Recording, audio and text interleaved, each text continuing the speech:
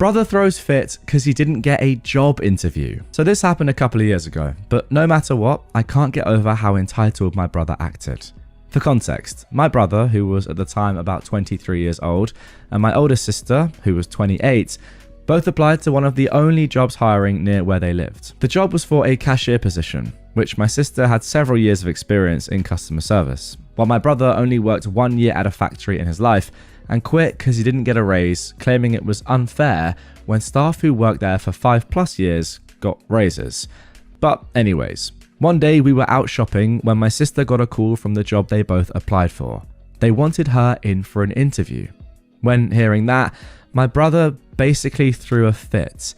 He told my sister it was unfair you got an interview and I didn't when I put in an application a week before you did, and I even called to check up on it. I reminded him that our sister has experience while he doesn't. He then repeated, "But I put in an application first. I should be first." Then I told him that's not how interviews work.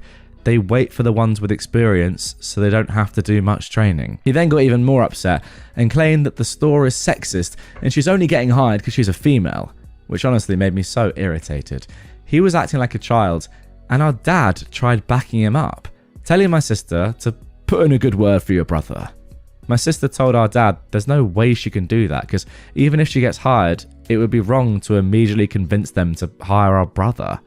While this conversation was going on, my brother kept on going on about how the owner is male, so he must be sexist and only want females, since currently the only staff there are women. So in order to get in, he needed our sister to tell them to hire him too during her interview. I noticed my sister getting upset throughout all of this. At first, she was so excited to get the interview and was hoping that everyone would be happy for her. But instead, no, they acted like she was wrong for getting the interview instead of our brother. I told my dad and brother that that was enough and that she got the interview because she has several years of experience under her belt, while our brother had none, and it had nothing to do with her gender, and that no, she wasn't going to mention our brother during her interview or after getting hired, because if they didn't contact him, clearly he didn't cut it, and just stop. After that, everyone went silent. I mean, this is absolutely crazy because what your brother, OP, is asking your sister to do, and for some reason your dad is supporting him on this, is to potentially sacrifice her own job, her own career, if she does, get this job. By the way, she's only got an interview so far, for the sake of her brother. Like, imagine you went into a job interview and your sibling had said to you, yeah, during your interview, would you mind just letting them know that I have also applied for the job and I also want it?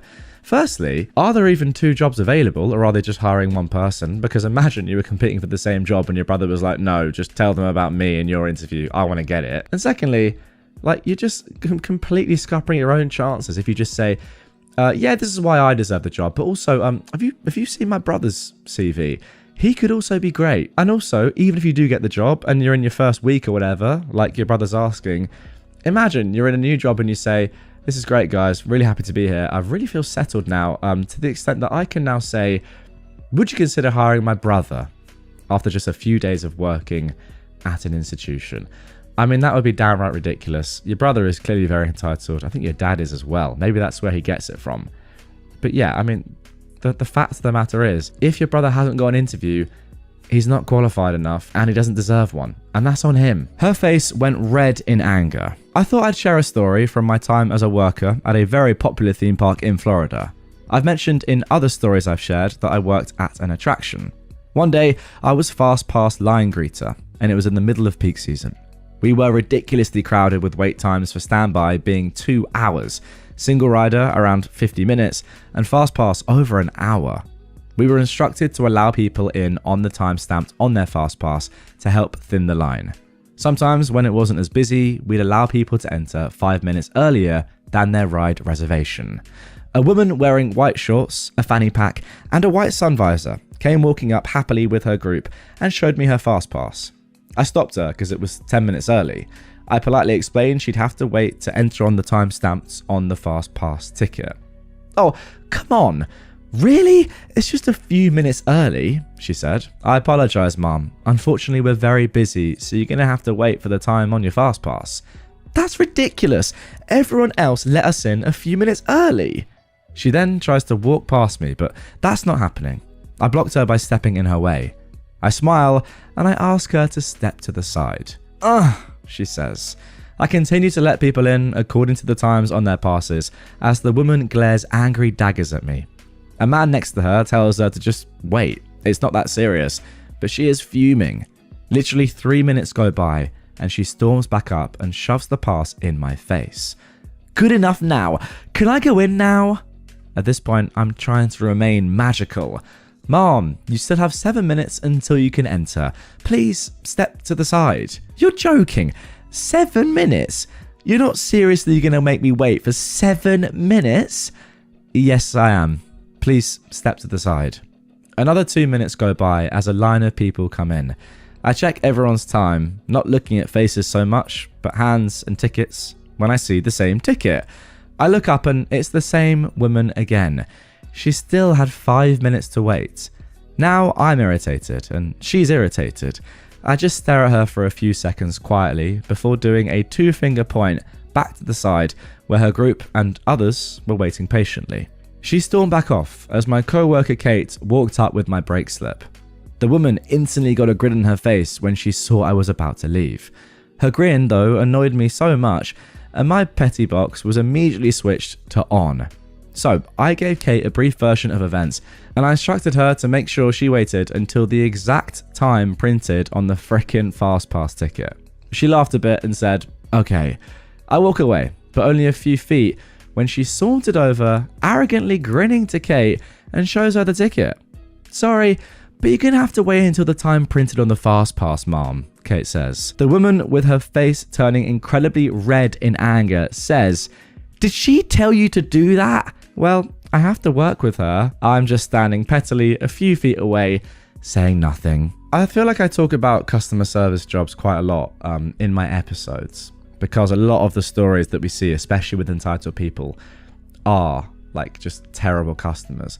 I feel like Disneyland or Disney World or whatever it's called, wherever you are in the US or in France or whatever, must be one of the toughest jobs when you get like an entitled person like this. And as OP said, like you're trying to maintain the magic and make this place so beautiful and special for children.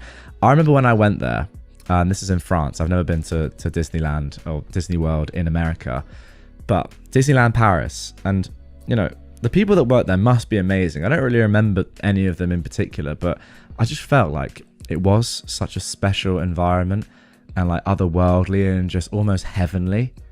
And obviously that is down to the people working there as much as it is everything else, because imagine if the people working there weren't like in that sort of mindset or so positive or like dreamy, it just wouldn't work, right? So to have people like this Karen of a woman potentially like jeopardizing that and ruining that for kids like myself, because I don't know how you, OP, have kept your cool as well as this. Like, fair play to you for doing that. You know, imagine me as a kid. I'm in the queue behind this Karen and I see her having a go at you, and then you're just like, I can't be bothered with this sort of person anymore, and you flip or you lose your head a little bit. That would just ruin the entire experience for me as a kid. So fair play to you for maintaining your cool. The point being, I feel like this would be one of the worst sort of customer service roles there is at an extreme, because you have to stay so professional and so positive. Maybe that's the case in a lot of customer service roles, but I feel like at Disney World, that's like the epitome of you've got to stay in character. You've got to stay positive because who knows who's watching, and yeah, it's an amazing experience for kids like myself. But fair play to you. Well done for doing your job. But yeah, I don't think I'd be able to manage with people like this. Revenge by my dad on the man who harassed his sister. I lost my dad 20 days ago. The hurt is fresh. Not sure of the legality, but since Dad is gone, I guess this story can't harm anyone anymore. That is how you know this is going to be nuclear, when you read a sentence like that. My dad was my hero in more than one way. He was a wonderful storyteller, and there are so many stories about him.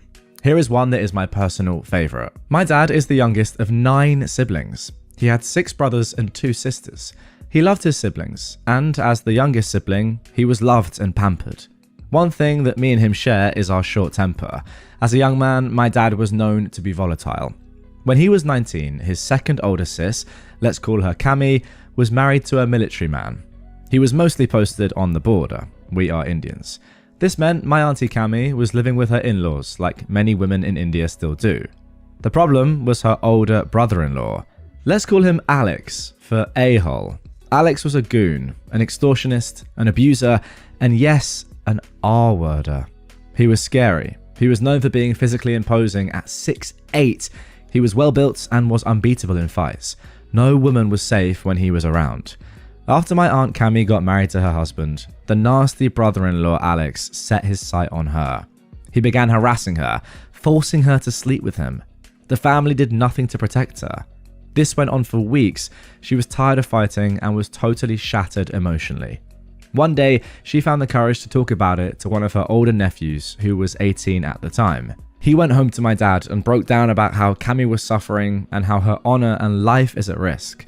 This enraged my dad, but he realized that he wouldn't be able to take down the monster that Alex is all by himself. He gathered his friends, his older nephews, and together they hatched a plan. Actually, they had no plan. The plan was just to beat the absolute heck out of Alex, to send him a message, but they wouldn't be able to do this when he was sober. So they waited for the evening when he was usually drunk. My dad and his friends drank as well, for liquid courage. They then waited for him in the dark roads of their village, which still had sketchy electricity. Then they pounced on him as soon as they had the chance. It was 6 young, drunk fools against this one mountain of a guy. While drunk, he was still able to fight well. Alex also had a bunch of minions who, unknown to my dad, were right behind him. It became a free-for-all. My dad, drunk and in the frenzy of the fight, grabbed a piece of wood he found on the road and hit Alex with all his might, straight on the head. And then my dad and his friends ran off because someone had called for backup and these young lads weren't sober enough to come up with a plan or a sane idea. Dad somehow made it home, showered and slept. The next day he told his mum they got into a fight and stuff went down. As he was telling his mum what happened, Dad was informed by his brother that the cops were looking for him. Grandma told Dad to lay low for a bit. Unfortunately, Alex made it to the hospital and was able to give a statement. Dad was on the run for a bit, but later surrendered because, according to him, I was tired of eating terrible food. They, honest to God, surrendered to the cops and demanded a good meal. Wow. The case was dismissed and Alex did manage to live, but he didn't survive for long. The injury my dad gave him chased him to his grave in a few months. This story is something Dad always likes to tell. He has zero remorse for what happened to Alex, because in his words, not a single woman was harmed or abused in their village after this incident. I miss my dad. I'm sure he had many more stories like this, but I will never know them. Okay, there we go. A pretty serious story to start, but yeah, respect to your dad, I suppose.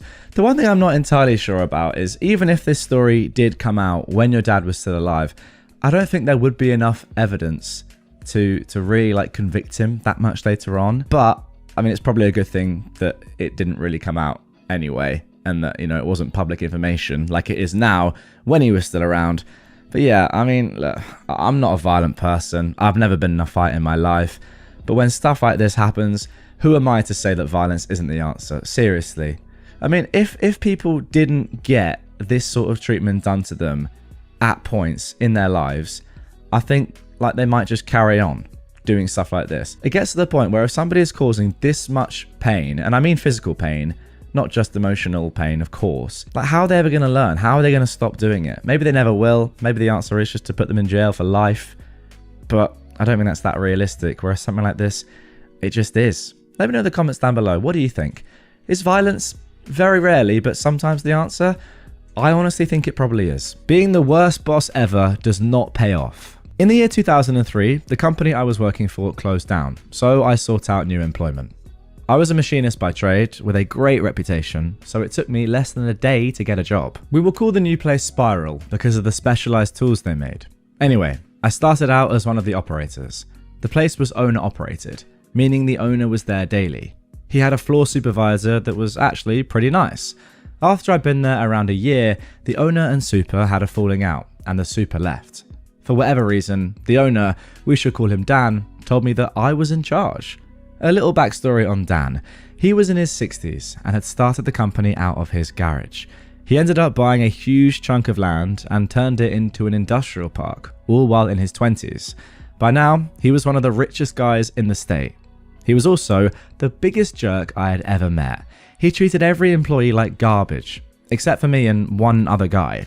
If we dared to talk to each other during work hours, he would scream at us. My promotion kind of financially trapped me. Dan would have no problems talking to me though, and he was the braggy sort of rich guy, while paying us the bare minimum. During our talks, I learned that he cooked his books. You see, the industrial park was owned by an entity that he created, while Spiral was owned by another. He would always make sure that the park entity charged Spiral enough in rent that it looked like the company was barely staying afloat. He also bragged that he'd taken a bunch of industrial waste and buried it on his property at home because it cost so much less. He made my life hell over the next decade, always keeping my pay just high enough that I couldn't afford to leave, while treating me and my guys like trash. I ended up with a 95% turnover rate on employees. I'm not exaggerating. 95% turnover rate. So 19 out of 20 of your employees left. That's mental. We ended up having to go to temp agencies, and towards the end, even they refused to send me people. Wow. I had to do some careful wording, but my duties ended up swelling to the point where I convinced Dan to let me say I was the plant manager. This right here was huge. I have no degree from college, but I now had a title and the experience. I started to look for a job in earnest, and after 6 months, I found one for a lot more money, with benefits. Yeah, Spiral had none. Now, over my time at Spiral, I had seen everyone that gave them notice be told to leave on the spot, and the company that hired me insisted I give them the 2-week notice. So I said I would, but I didn't. At the end of my last day, I sat at my desk and sent an email to the head of OSHA and the state's EPA office, 2 men that I'd gotten to know well. I filled them in on all the violations that Dan had disclosed. I also sent an email to the state's attorney about the books. I left my keys on my desk with a paper under them that simply read, "I quit." I never found out if the state's attorney went anywhere, but the contact at OSHA let me know the company ended up with $150,000 in fines for some willful violations, and the guy from the EPA dug up half of Dan's property before he admitted to where he buried the waste. Last I knew, he ended up in jail. Now, interestingly enough, OP actually said at the top of this one that they originally shared it in petty revenge, but they were told they should post it in nuclear revenge instead. And yeah, this is not petty revenge at all. I think you got the wrong subreddit there. I mean, $150,000 in fines is not petty. That is pretty serious. Can't quite get over that turnover rate in employees though. I mean, 19 out of 20 roughly employees leave. You just know that it's probably not the best working environment when that is going on. Goodness me. Okay, now we're shifting things up and moving over to a different subreddit, so these stories probably aren't as nuclear, but don't worry. They are revenge stories, and that is the name of the subreddit nonetheless. I blackmailed the maintenance man at my grandma's senior centre. Hi, I am a 41-year-old woman. I had to do some community service for a misdemeanor charge I was found guilty of, so I went to the senior centre in my town. Immediately upon arriving and being introduced to the person in charge, aka the maintenance man, he was hitting on me. We did no work at all. We walked straight through the cafeteria and out the back door and sat on a bench where he proceeded to tell me how awful his life was, how he was in a loveless marriage, his wife was handicapped, on and on. I felt bad for him until he started talking about the other girls that came through. They sent him pics and he signed their paperwork to say they did their community service. Maybe I wanted to do the same? I don't remember what I said, but I left and didn't go back, pretending it didn't happen. Then I only had a week left in my sentence to have my community service done, and I didn't do any of it. I had 4 out of 40 completed, so I did the only thing I could think of. I texted the maintenance man and told him I wasn't going to send him nudes, but he was going to sign my paperwork, or I would tell his boss and the court what he was doing. So he signed it. Then I told my probation officer not to use them anymore and why. I wanted to call his boss, but never did.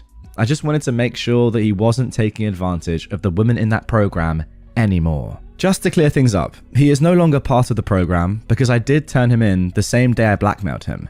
I regret not doing it sooner, and I regret not telling his employer and his wife. Funny ending to this one is one day I was at work telling some girls about this guy, and later on that day, one of them pulled me aside and told me that the maintenance man is her stepdad. She started crying, saying she knew he was doing this to her mum, but her mum won't believe her, and maybe now she will. I felt terrible for her. I told her to have her mum call me and I would tell her all of it, but I never heard anything, and as far as I know, they're still together, and he still works there. Which sucks, because now I'm 50 and can go there, and it's awesome. The craft room is insane. They have a choir, lots of exercise equipment, free transportation, and day trips everywhere, but I don't want to see him. If I had the balls, I would totally go and make sure I said, hey, remember me? Oh god, what a horrible person. I mean, just what a horrible person. I really wish that, like, you know, this isn't, as I said, this isn't from Nuclear Revenge. This is just from r/revenge stories. And this is one of those stories where I wish the revenge was nuclear. Like, the fact that that guy is still working there now is ridiculous. I feel like this is one of those where you need to find out and get in contact with other women that this has happened to. I don't know how you would, but maybe, you know, talk to some other staff at this location and sort of explain what's going on and what this guy has done to you and other women, and maybe they'll have the contact details of others that have worked there before. I mean, they should, right? They should have the community service details. Whatever. Like, you need to do something about this, because this guy is just taking advantage of you. And I sort of get it. Like, if you're someone that has to do community service and this guy's, you know, exploiting you, sure, but like offering you a decent deal, you can do this and get off completely. Don't know, I can't like really blame any of these girls for doing this. It's just so, like, yeah, as I said, exploitative and manipulative and just disgusting. Just very, very gross. This is what I say, like, sometimes is violence the answer? I don't know. This guy's got away with it completely, in my opinion. Yeah, there was a little bit of revenge, but barely any. I mean, look, fair play to you for actually getting him to stop and not take advantage of women, but is that revenge? Getting someone to stop what they were doing? Not really. Like, where's the revenge there? They just stopped. It's a shame. I wanted more there. Now for our final revenge story of this one. A lousy friend. This is about my ex-friend Ivy. We grew up together, did everything side by side, and had each other's backs always. About 5 years ago, I really needed her the most, as I was in a really rough period. I lost my job, and not long after, my boyfriend broke up with me. I needed a place to stay for a while as I figured things out. Ivy, who more times than I can count I'd given a place to stay when she was struggling, and when she was going through breakups, couldn't help me. This one time I needed her. She just said, look, I wish I could help, but things are tight. All I needed was a place to stay. I'd pay for everything else I was going to need or use. I managed it somehow with the help of another friend. I found another job, and I was doing okay again. Now, fast forward a couple of years, and I was doing better than ever. Great job, my own place, a solid life. Then, out of nowhere, and after years of no communication, Ivy showed up at my door. Guess what? She needed a place to stay for a few weeks, since she was down on her luck. I just looked at her, thought about all the times I'd been there for her, and all the times she wasn't there for me. Then I smiled and said exactly what she said to me. I wish I could help, but things are tight. It wasn't something huge, but it felt great. Revenge isn't always loud. Sometimes it's just letting people feel the loneliness and absence they once left you with. And there we go. That probably is the moral of the story right there. Look, we started with some nuclear revenge in today's episode, ended with some more minor stuff. But yeah, I agree. This is just karma personified. And I think that you're right. It doesn't have to be loud. Revenge doesn't have to be grandiose, crazy, even nuclear. Sometimes it's better to just send a message with something like this. In this case, it's a literal message just saying, you know what? No, you did this to me. I'm doing this to you. How do you like it? But other times I do feel like, yeah, maybe it's better to go a little bit more overboard just for the fun of it. This time it wasn't one of those occasions. And I think what you did was perfect. It would have been nice, I think, as well to just, and maybe she did infer this from what you said or the tone of what you said, but you know, you're doing well and you have your own place and you probably, well, definitely could have taken her in once again. I mean, if you took her in before when things were worse for you, you can definitely take her in now. I hope she knows that. I hope she knows that things aren't tight for you, that you're doing well, and that you were saying that sarcastically. Because, yeah, that's when it would hit the hardest if you're like, oh God, this is because I said what I said and didn't take her in. I should have done that. Little bit too late though. Am I the jerk for divorcing my husband and leaving him with the kid after finding out I'm not biologically the mum? The original post for this one came on August the 5th, 2024. I can't believe my life has come to this. All I ever do is go out of my way to help others. But on the few occasions I need help, nobody ever comes through for me. I am a 36-year-old woman, and I've been with my husband, who is 35, for almost 10 years. We've been married for 7. We had what I thought was my child by surrogate over 2 years ago, because after 4 years of trying to conceive with no success, despite medical intervention, it turns out I am unable to carry a child to term. I'd always wanted to be a mum. Devastated is an understatement regarding how I felt when I found out I have a medical condition that would make it nearly impossible to carry a baby to term. It was even more upsetting when I had to get a major surgery to remove uterine growths with the hope to increase fertility, and complications during surgery warranted a partial hysterectomy involving removal of my uterus. I still had my ovaries, so we started looking into the cost of a surrogate. It's really expensive. My close friend since college, who'd already had 2 kids of her own, offered to serve as the surrogate for us to cut down on costs. After 2 disappointing IVF sessions that didn't result in pregnancy, she became pregnant on the 3rd try and carried a boy to term for us.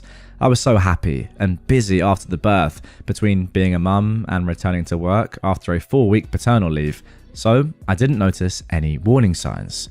I should have noticed the red flags and warning signs early on, but I didn't. I was just so exhausted from working so much at my stressful job, and on top of that 2 part-time jobs to cover most of the bills, and the anticipated medical and legal costs associated with this friend becoming our surrogate.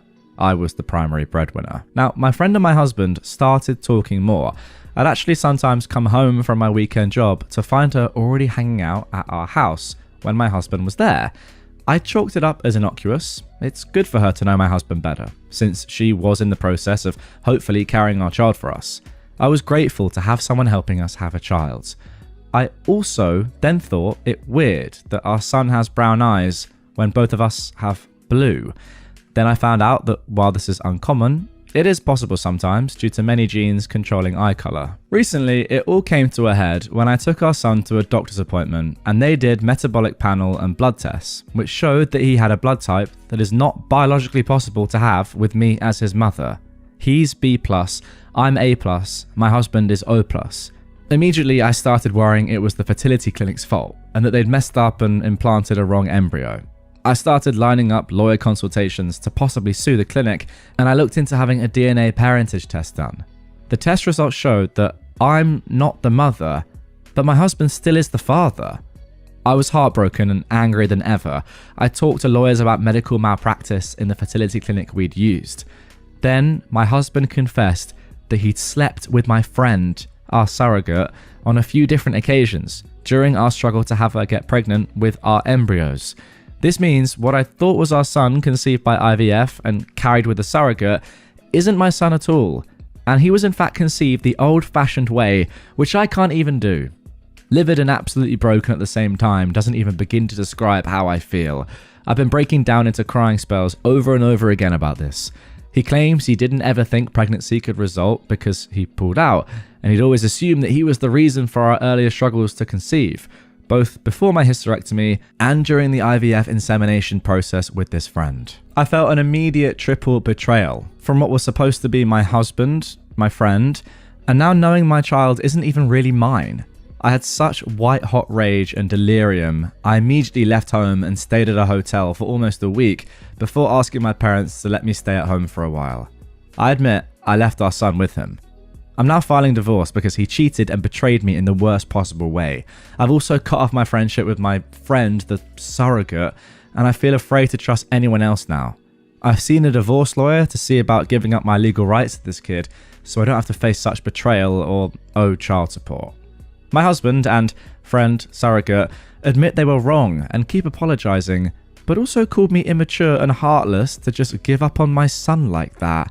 My parents also say I can't just give up on a kid that I went through so many legal and medical hoops to have.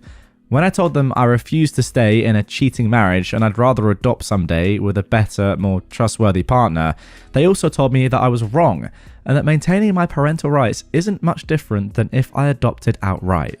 They said it isn't blood that makes a family. They're all about me divorcing my cheater husband, but they keep telling me I'm making a mistake giving up my parental rights. Some of my other friends agree with what I'm doing. A few admitted they weren't big enough to swallow pride and care for an affair baby, or to see daily reminders of my friend/surrogate's betrayal every time I look at her son.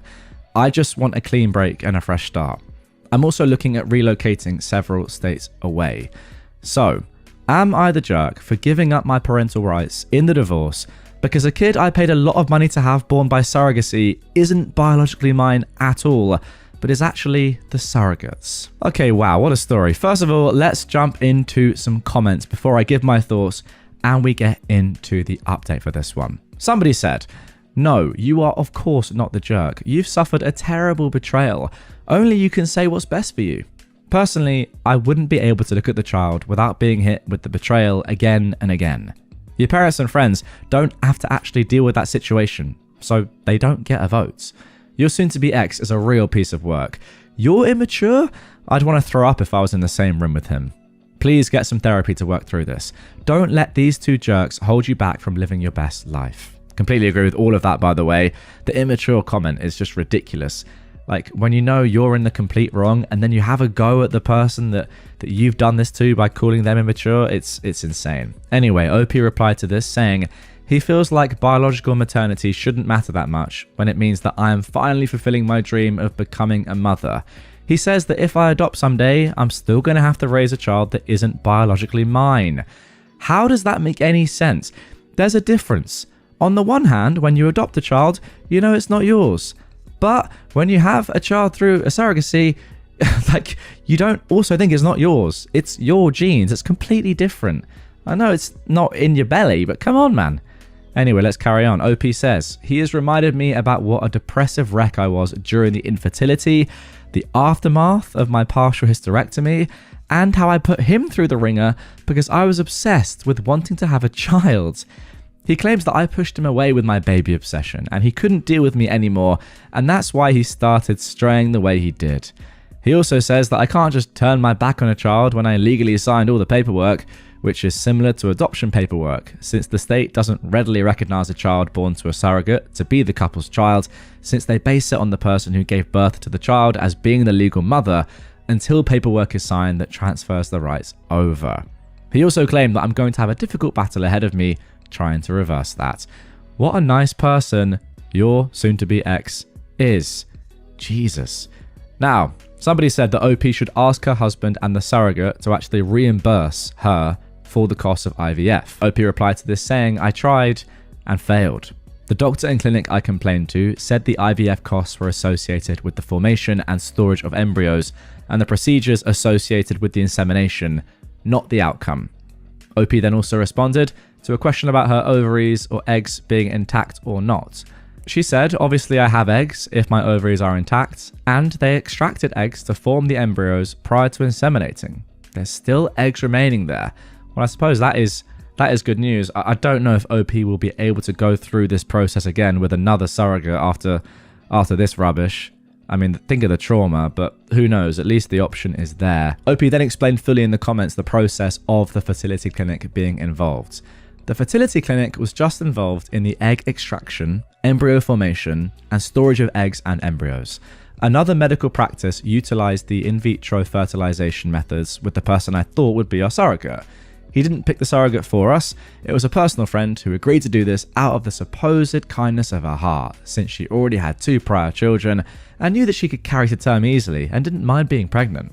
Had we gone through a professional surrogacy practice, there would have been other steps involved, and they would have found a few options for surrogates for us, but the costs were way too high, which is why we skipped some steps and a lot of money by going through a friend that we thought we could trust. Now, I feel like I can trust no one. I don't even feel like I could try surrogacy again in the future because my trust in that is broken. Well, there we go. I suppose that is the answer to my question, which is a real shame. Somebody else commented, "You're obviously not the jerk. One of the things that gets me though is that you were working extra jobs to pay for the surrogacy, which I'm assuming included her medical bills and financially supporting her. I'd speak to a solicitor about suing her for your money back. She knew that if she was having sex, there was always a chance that the child was biologically hers." OP said, "Most of the cost was for the egg retrieval, embryo formation and storage, and especially the IVF procedures, which weren't eligible for insurance cover through her health insurance." Yeah, I see. I mean, tough spot, but surely there is something you could do there. Something legal you could do there. Like, you can sue for something. Surely, like damages of any sort. There must be rights or, like things that you can't do as a surrogate mother. I mean, there has to be, otherwise it would just be ridiculous, right? And I know this wasn't a professional surrogacy, but surely you can't have sex during surrogacy or like supposed surrogacy with one of the people you're meant to be like doing the work or doing the job for. I don't know. I don't know any of the rules clearly, but if you do, I suppose they also differ wherever you are in the world, but let me know in the comments down below what the laws are where you are. OP actually then answered finally a couple of questions about the surrogate. Firstly, her family, saying she doesn't have a husband. She had 2 kids with a long-term boyfriend, but they split 5 years or so ago. She's not married. She was with her ex for a long time and had 2 kids with him, but they didn't marry and then they broke up. Somebody asked, finally, did the surrogate sign legal papers regarding the parental rights? The only paperwork that was legally drafted was for her transferring over the parental rights to us, much like an adoption in the event that there is already a mutual off-the-books agreement to adopt from someone already personally known. We were trying to do it as cheaply as possible because we don't make much money, and the cost that couldn't be avoided was sky high, enough to the point I took out loans from the bank and then picked up those 2 part-time jobs on the side to pay towards these loans. Oh my gosh. Okay, so there we go. That is it for the original post and some comments. Now, as I said in the intro, there is an update to this one, which comes 5 months after the conclusion of that. However, I do just want to say one thing, and I feel like most things have been cleared up by the comments, and I do agree with the majority of what was said there. The one thing that I just don't think has been talked about enough is the level of betrayal. Like, it's actually insane from so many people. Well, I say so many people, it's only actually your husband and the surrogate in quotes. But like, it's actually crazy. I mean, the fact they've gaslit you as well is just the cherry on top. But that's the one thing the comments aren't really saying. It's just, yeah, you've suffered a lot of betrayal, but like, think about the actual trauma. This would have gone on for your entire life, right, if you hadn't found out. I don't think that you would have ever been told by your husband or by the surrogate what actually happened. So there is a decent chance that you could have gone your entire life with having a son that you obviously thought was your son that actually wasn't ever related to you. And I know we see these things sometimes on, like, we have Jeremy Kyle, well, not anymore, it was cancelled in the UK, but like Jerry Springer in the US. It just is insane, and I don't actually think that sometimes I realize how common stuff like this is, or actually how easily it can come about, because all that has happened here is just 2 people well, one person has cheated, but all you need is for these 2 people to hold this truth for their lives, which, I don't know, they probably could easily do so. I mean, they did it for a while anyway, and then you find yourself living an entire life where you think you're a mum, but you're actually not. You know, when you see on these shows like, oh, this woman finds out after 25 years that you are not the mother or you are not the father. I'm always a bit like, okay, that's just ridiculous. But this is not ridiculous. I can see how this would happen, 100%. Very tough. But as I said, let's get into the update that came 5 months later, which was actually left in the comments of the original post. It wasn't a separate update. So this was January the 4th, 2025. And OP said, I'm low on time right now. I'll be posting a separate update post later. Now, at the time of recording, that hasn't happened, which probably means that, yeah, very, very stressed. No time at all. But they still say, I'm not staying and I'm not caring for him anymore. I wasn't even offered a choice in the matter at all, which is why I've kept telling myself I shouldn't want to compare myself to men in a similar type of parentage situation, and I've kept myself aloof towards the boy I thought was mine. I've no legal rights anymore, no matter what, because she fought to get her son back. I'm actually a lot more upset about losing this child than I presented in my post, and I'm realizing more and more with each passing day, the choice wasn't mine and I lost. Oh my gosh, I see.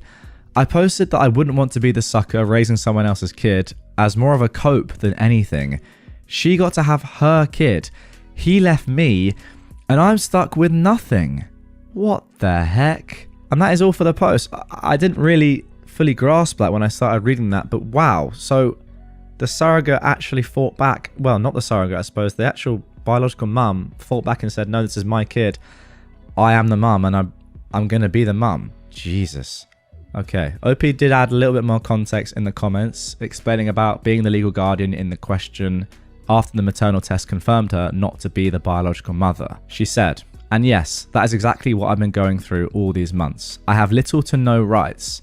I'm stuck coping with major loss. I suppose the question was asking, like, what rights do you have as a legal guardian if you're actually not involved with the kid at all, like biologically, right? My best chance at still being this boy's guardian is to stay with that awful scrub of a guy, hope he lets me stay, and agreeing to let that slaw of a friend, I've never heard slaw before, but that is a wonderful word. I presume it's a combination of two derogatory words, but I might use that myself, have 50-50, and be the chump who still pays most of the bills for that unmotivated scrub SOB in the meantime, while he continues to cheat. It also came out that she wasn't his only affair either. He's been cheating all along for most of the time that we'd been trying, without success of getting pregnant. Oh my gosh. So for anyone who acts like I'm selfish or I make their blood boil, they can go F themselves. They don't know me like that, and I don't have any real choice in the matter. Holy heck is all I can say. Just insane. Just absolutely insane. Like, wow, what a story. I'm absolutely shocked at that outcome. I didn't actually talk at all in my comments after the first post about the main point of the update, as in how would you feel and how is OP dealing with the fact that, yeah, it's not her kid anymore, but like her parents were saying, do you have to be blood related for it to actually be your child? Like, you know, if you adopt a kid, then they're still your child, right? Does the biology of it really matter that much at all? OP said at first that it did matter. Suppose a few months later she realized that it doesn't matter, or at least doesn't matter as much. But, you know, after 2 years of raising a kid, to then just have them taken away like that, even though they're not yours, is yeah, clearly more impactful, I suppose, than OP expected. But Jesus, I mean, somehow the surrogate, in quotes once again, and your ex, or soon to be ex, I suppose, I guess he left you said in the update, are even worse than I first thought from reading the original post. Wow, that was a very short update, but one of the most impactful and just like destroying that I've read. I'm actually slightly lost for words. One of my boyfriends, who is 21, best friends, who is 22, family's house burned down in the California wildfire. His family is him, his pregnant wife, and his toddler, and they are now coming to live with us in our small apartment. I did not agree to this, and I, a 21-year-old woman, am feeling extremely anxious and panicked. This was originally posted on November the 11th, 2018. First, I just want to preface this by saying that I am fully willing to support their family through tangible means, like buying them food, supplies, furniture, etc. I just don't think our apartment is a viable option. My boyfriend and I live in a 2-bedroom, 1-bathroom apartment in a very expensive area. Rent is around $3,000 per month, and we're both stressed out college students. This guy has been best friends with my boyfriend since high school, and they regularly keep in touch and drive to see each other. My boyfriend and I live in NorCal, while they live more south. The friend has not been in a good financial situation for the last 2 years. He dropped out of community college after he got a girl pregnant, and they ended up getting married after she gave birth. She's now 7 months pregnant with their second child. My boyfriend and I usually go down to visit them together, and we always pay for meals, and I always try to buy a couple of toys for their 2-year-old. We have been in contact with them since last night. They were able to safely evacuate and bring some essentials, including their car, but their house has burned down. My heart aches for their family, and I really want to help them by transferring money or even calling some of my friends who live in SoCal to see if they are willing to take them in. But during a FaceTime call this morning, my boyfriend immediately, without any hesitation or asking me, offered up our small apartment to them. They were very, very thankful and at first said that it would be too much for us, but my boyfriend insisted and they graciously accepted in the end. I was in the background, fairly silent the entire time. After my boyfriend hung up, I asked him why he just extended the offer without even asking me, and he acted shocked and said that he thought that I would 100% support his decision. I told him that I would have in any other living situation, but we're two poor college students living in a small apartment in an expensive area, and it's definitely going to be more than difficult to accommodate his friend, his pregnant wife, and toddler. My boyfriend said that I was being a bit selfish and that they just lost their house, and that I should be more understanding and sympathetic.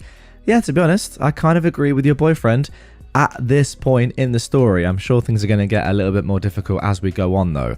OP continues, don't get me wrong, I agree that I'm being selfish, but I'm also being reasonable and trying to think rationally. I may be a bit biased since I'm in the middle of preparing for the MCAT, which I'm taking in January, and I really need to do well on it. And dear God, it is not an easy test. For those of you that may not know, I didn't know this myself, the MCAT is the medical college admission test. Okay.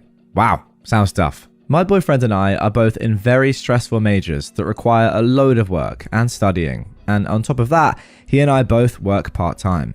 I feel like I'm already so stressed out right now with school, work, and everything. I look forward to quiet time in our apartment that we get to spend. I digress, but I can't help but think of how this changes everything. Of course, this is probably temporary, even though my boyfriend said they could stay as long as they need to, but right now is really not the time. My boyfriend and I argued over this for an hour, and I ended up just heading out for the day. My boyfriend is sticking to his plan, and he texted me saying that he's sorry and that he knows it will be hard, but to remember we're doing a good thing and supporting our friends in a time of crisis. I couldn't help but think that it was really his friend and not ours at all, but I might just be being bitter. They are planning to drive up tomorrow morning. I'm just so worried, stressed, and my anxiety is through the roof. I came home around 2 hours ago and noticed that my boyfriend has already set up a mattress in our second bedroom, which is our office/work area, and set up the couch. I burst into tears and I almost had a panic attack. I just don't know how to deal with toddlers, and I also don't know how to support and take care of a pregnant woman. My boyfriend comforted me, but I can't help but feel a bit resentful right now. He agreed to this without asking me, and I can't fight back now. I seem like such a horrible person. I'm still crying in our room as I'm typing this, and my boyfriend went out to stock up on groceries. God, I don't know what to do, and I feel so panicky. What can I do at this point, Reddit?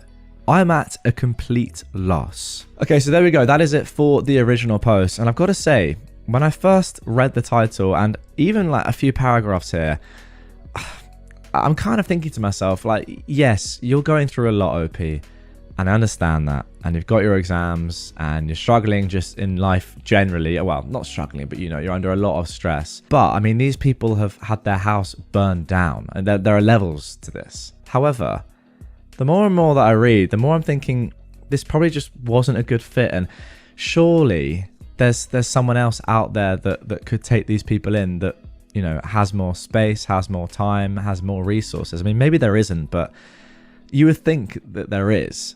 And if there isn't, then fair enough, and fair play to your boyfriend for doing this. But the way he's gone about it, not asking you at all, that can't be a good thing. Like, his generosity and his selflessness is unbelievable, and I wish I was as selfless as this guy seems to be. Fair play to him, but you could argue it's gone too far, and if it's going to massively impact your guys' lives in a terribly detrimental way, I'm not sure if it's necessarily worth it. And yeah, not consulting your girlfriend is pretty crazy. I mean, don't get me wrong, having anyone move in with you, like if you're in a small apartment, whatever, is going to be tough, and you're going to have to make sacrifices, but I say that with the context of the fact that their house has just burned down. But it does seem like in this circumstance, it's not worth it. I don't know. It's close. Let me know in the comments down below what you are thinking right now. Obviously, there is an update to come in this one.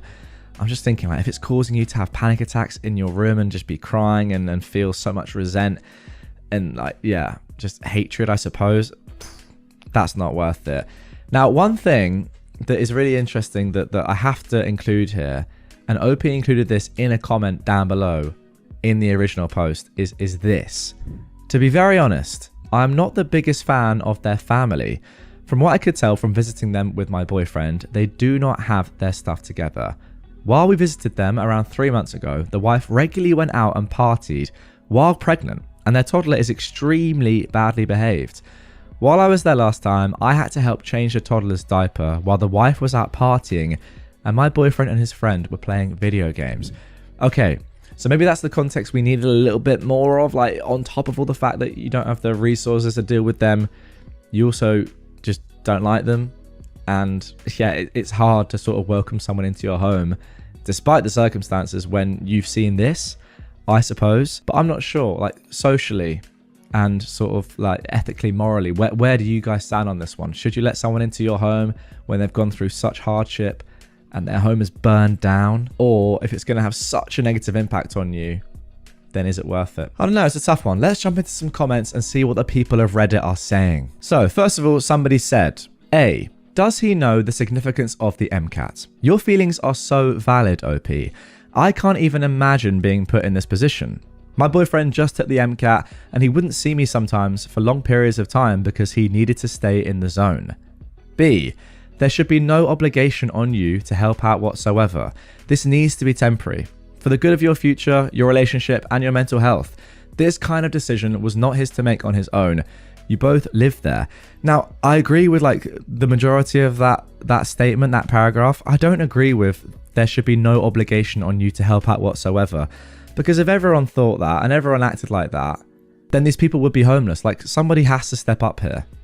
And I know like no one's going to want to, and maybe they don't have any family that can help, but somebody is going to have to be selfless and do it. Like I don't think it's fair to say that there's no obligation on you to help out. I mean, yes, there isn't, but someone has to. C, is this even allowed per your lease? I'm in MA, but my lease has a clause prohibiting visitors for over 1 week, I believe. Maybe you can use this to your advantage in a subtle way to hopefully avoid another argument.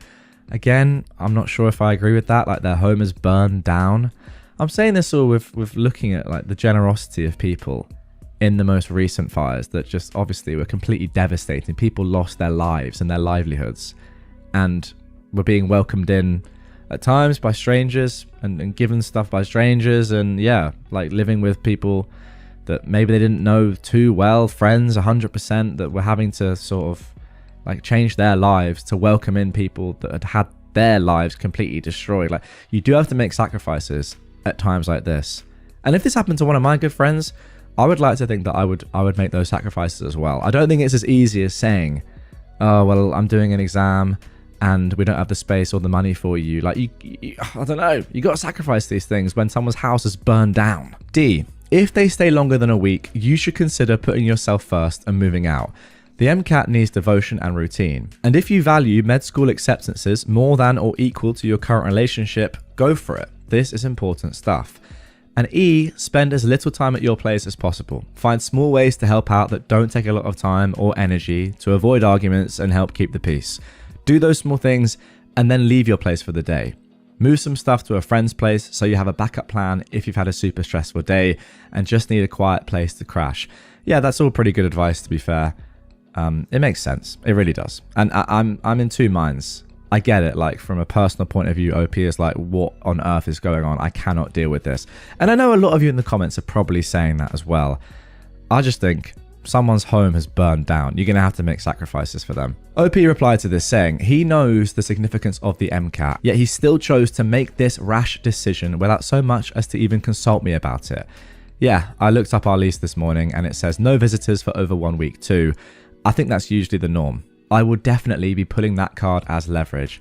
Thanks a lot for the advice. I really hope that this will be temporary.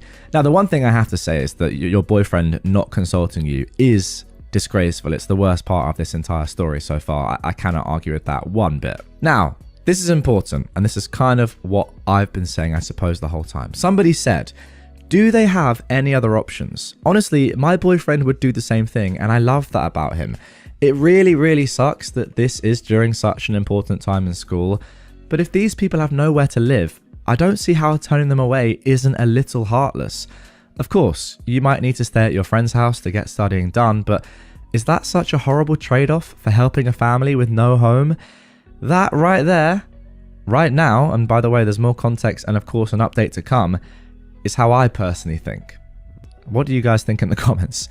This is a contentious one, and I think, you know, there's no right or wrong answer here, but yeah, that is slightly the way I'm leaning right now, as you can probably tell.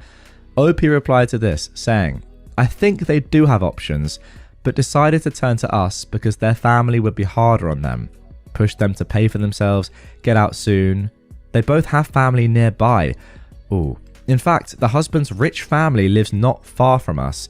However, they have already housed their family for a year and a half after she got pregnant at 18. And according to my boyfriend, they were annoyed at how they acted during that time and almost kicked them out. They finally caved and actually bought the house that they lived in so they could get out. I just can't deal with irresponsible adults in addition to a toddler in my small apartment. As others have pointed out, they can get support from the FEMA or even stay at a local shelter. Hundreds of people are doing this. If they need money or food, I'll gladly send it to them, but I can't offer up my space due to many reasons. I'm sorry if you see this as heartless, but I get the feeling that you would feel differently if you were actually put into my situation. That is super valid, and I do completely agree with that. If I was in that spot, it would be different, and it's impossible to say how I'd act or feel if I was actually physically in OP's shoes. So it's tough, but I'm also thinking like, yeah, they can get support.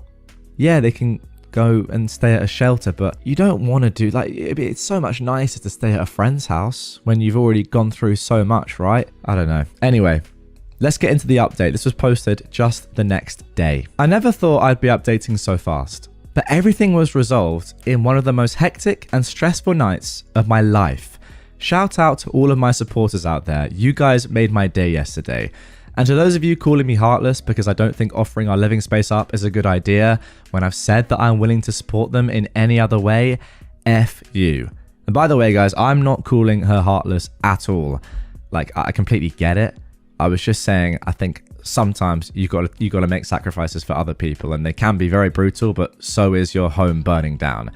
Anyway, the pregnant wife, husband, and toddler arrived at our apartment last night around 9:30 p.m.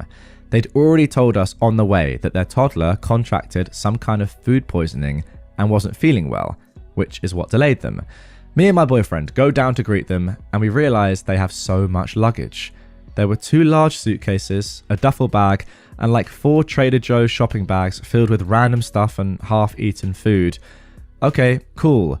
That's going to be fun, lugging up the stairs. I hate that from OP. What are you talking about? Obviously they have stuff. Like, their home's burned down. What are you expecting them to have? Just like only the clothes that they're in? Obviously they're going to have like some form of suitcase that you're going to have to carry upstairs. Like, that tone is, I don't agree with that. Anyway, let's carry on. So my boyfriend and the husband starts to bring their stuff up, while I stay back and half carry the pregnant wife up the stairs because she feels too tired and nauseous. We get upstairs and I ask where Jake, the toddler, is, and the wife realizes she forgot to unbuckle him from the car seat and left him in there. She asked if I could go down and grab him. I wanted to say, not my forgotten toddler, not my responsibility, but alas, I decided to try to be gracious, at least for the first day. So I went down and unstrapped the toddler, who looked visibly sick. Again, like, I know these people might not be the best people or the best parents based on your experience before, but their home has just burned down and she is pregnant. She needs help. There were literally 2 bags of vomit, OP continues, next to him, which I removed from the car and threw in the trash because it would have been forgotten and become a severe health hazard. I tried to see if he can walk, and he started crying and started dragging himself on the ground, so I picked him up and carried him up the stairs. I set the kid down next to our couch, and Lord Almighty, this kid did not look good. His cheeks were flushed really red. There was dried vomit caked on his face, and his breathing seemed quick. I feel his forehead, and it feels really hot to the touch, so I run to the bathroom to get a thermometer. While I'm digging for the thermometer, I hear, "Again? Are you freaking kidding me, Jake?" So I rush out, and indeed, frickin' heck, the tot has thrown up all over our carpet. I wanted to cry. I run to the kitchen to grab paper towels, but the pregnant wife was already using some sort of napkin or cloth to sop it up, but she was smearing it and making it worse, and I wanted to die. I came to help her, and the tot is screaming at this point, while she is yelling at him to shut the F up. My boyfriend and the husband came over to help, but the wife told them to go away because she's got it handled. The wife asks if I would mind taking him to the bathroom to rinse him, and the only reason I say yes is because I'm seriously worried about the kid. I strip him and run warm water in our tub and put him in. Then I put a thermometer in his mouth, and lo and behold, he has a temperature of 106 degrees. Not a good sign at all. That, paired with symptoms of vomiting, rapid breathing, and looking really lethargic, is a combination good enough for the ER. So I yell for the mother to get to the bathroom and ask her where she thinks he got the food poisoning from. She says she doesn't know, he's just eaten fruit for the past 2 days. I'm freaking out because his symptoms are consistent with meningitis. The poor kid keeps grabbing his head and crying, so clearly he's got a headache too. I ask her if she's gotten him vaccinated for meningitis, and she said she doesn't think he's been vaccinated at all. I'm going into panic now. I feel Jake's neck and I try to ask him slowly if he feels like it's difficult to move. He just cries more. I ask her to call for my boyfriend and husband and explain the situation to them, and the husband confirms the baby has not been vaccinated for the meningococcal back, hope I'm pronouncing that correctly, so it's a no-brainer at this point. I tell them how life-threatening this infection is and that it may leave Jake paralyzed. The wife bursts into tears and gives the okay, so all 4 of us plus Jake get in their car to drive to the ER. My boyfriend is driving and I'm in the back cradling Jake and checking for rashes on his arms and legs with a cell phone flashlight. The wife is still crying. I'm close to crying. We finally get to the ER and I tell them there is a 2-year-old with symptoms blah blah blah with no vaccination for meningitis and we suspect he has it. They immediately bring him in and asked me if I was the parent, and I said no and pointed to the wife who was trailing behind me in tears. They brought her in with a toddler and told me to stay in the waiting area. At this point, I take my first breath. 5 minutes later, the husband and my boyfriend come rushing in and I tell the husband to go and talk to the staff so they could bring him in. He does, and my boyfriend comes to hug me, and F it, I just started bawling my eyes out. He keeps telling me he's sorry and that it's his fault. I'm still crying into him. He calls an Uber for me and tells me to go home and get some sleep and that he'll handle the rest. I'm too tired to resist, so I get home at like 12 AM, brush my teeth, and just crash after I got a text saying they put him on antibiotics and they're waiting for blood test results and the culture, but that he was stable. I wake up the next morning at like 10 AM and the apartment is like super quiet and my boyfriend isn't in bed next to me. So I get up and walk into our living area and I see him sleeping on the couch and not a single luggage bag or pregnant wife in sight. I nudge my boyfriend awake and he tells me everything that happened. The toddler is in the ICU and my boyfriend managed to get a hotel nearby for them for half the price after telling them what happened. He paid for a week-long stay for them and then helped move everything out of the apartment and to the hotel with the husband while the wife was at the hospital. He kept saying he was sorry and that he didn't think anything through and for me to forgive him. I said it was okay and I hugged him. It turned out to be one heck of an experience I don't ever want to relive again, but I'm glad that Jake is safe and I'm glad they won't be living with us. Okay, so that is the end of the update. OP has just added a few more key points as well for further context. So the pregnant wife, husband and toddler, she says, chose to drive over 600 miles to live in our 2-bedroom apartment instead of living with the husband's wealthy, only around 200 miles away, family, who were also the ones to pay for their house and house them for 2 years.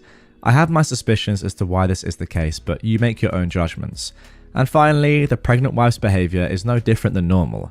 I've been to their house multiple times. I can confirm that she curses at her child, drinks while pregnant, and is unable to adequately care for the child. Alright, let's jump into some comments before I give my final thoughts. To be honest, I'm not even sure what I'm thinking right now, so hopefully these comments will give me some sort of clarity, and maybe you guys as well. Somebody said, kudos for catching on that Jake was sick. I'm glad he's on the mend. Probably was a good thing that initially they did go there so you could catch it. It probably saved the kid's life. OP said, thanks, I'm really glad it happened too. Somebody else said, "You are a freaking hero." I started crying just reading this. I live in Alberta, and a couple of years ago, a couple here killed their son by ignoring vaccines and medical care. He had meningitis. It was heartbreaking, and it's still going through the court system. This couple literally owes you their son's life. Get freaking vaccinated, people. Now, OP replied to this saying, "Thanks, but I'm not a hero, but yes, please get vaccinated." And interestingly, somebody below this said, "I thought the meningitis vaccine wasn't approved for kids until they are 11 in the US." And I think I've seen that as well. It even might be a little bit older than that in some states. I'm not entirely sure on that. Let me know in the comments down below. But OP replied, "Some infants and toddlers can get it if they suffer from some deficiencies, autoimmune disorders, or are HIV positive." Okay, sure, but as in, the point being, the fact that they didn't have the vaccine yet, this toddler, was not an abnormal thing at all. As most kids, well, I don't know, according to that comment, you can't get the meningitis vaccine before the age of 11. Somebody else said, "Sometimes things happen for a reason. It seems like this happened to you so you could save a life. Bad experience for you, good for the kid." Yep, I'm thankful that I was able to catch on to a few of his symptoms, OP said. "I'm no doctor by any means, but meningitis is an incredibly scary infection. I'm glad I urged them to go to the ER. But I must say, I lost a lot more respect for the family from this experience." Somebody else said, "I wouldn't have known. My kids are all fully vaccinated and I'd barely heard of meningitis. Probably because it's been vaccinated against. I'm a generation who never had to deal with it." Somebody replied, "Yeah, but a kid who's repeatedly throwing up, lethargic and with a fever of 106 is very sick.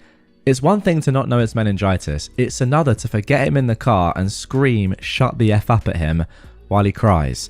That being said, her house had just burnt down, so I'd add a little forgiveness for mitigating circumstances."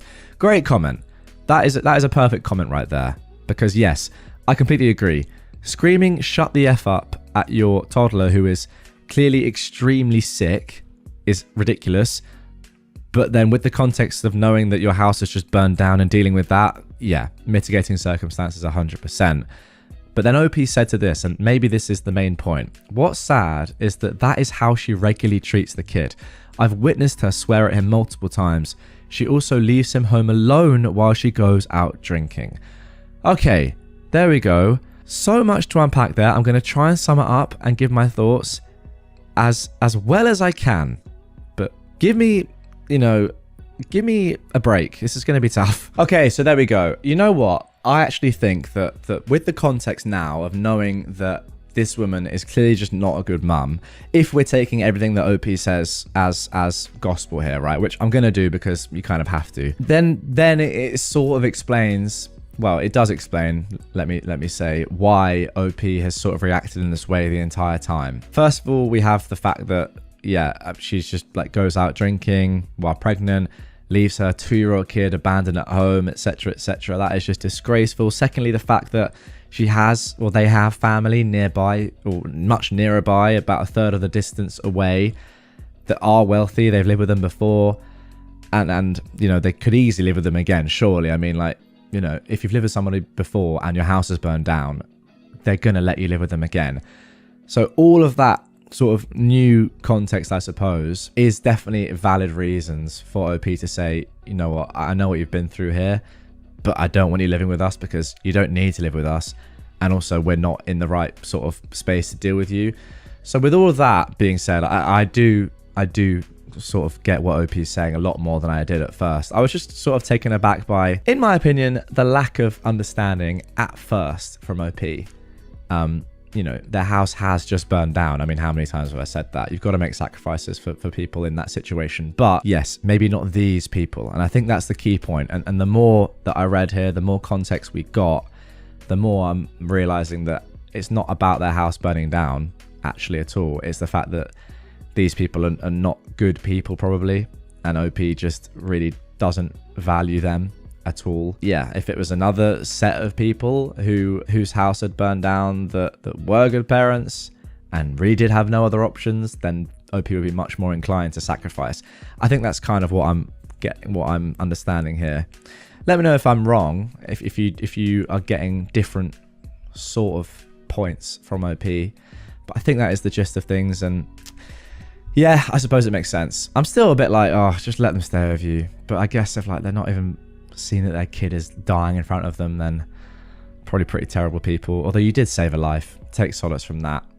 And again, I do agree with that one comment about the mitigating circumstances. It's tough to know. There's a lot going on in the story. I'm still not 100% sure what I think. But yeah. You guys let me know in the comments down below what you think. What's interesting is that some people in the comments of this are like, they're not buying it fully. So I want to put this comment on screen. I do want to end with this because I'm not sure if this all adds up, to be honest. I've just sort of semi-skimmed through it again. Let's put this on screen. Am I the only one whose BS sensors are going off? Some things just aren't adding up here. OP somehow picked up diagnosis of meningitis from the few symptoms. Vomit, fever, headache. That's fair. I mean, meningitis is very rare these days. So to immediately jump to that is either very impressive or not 100% true.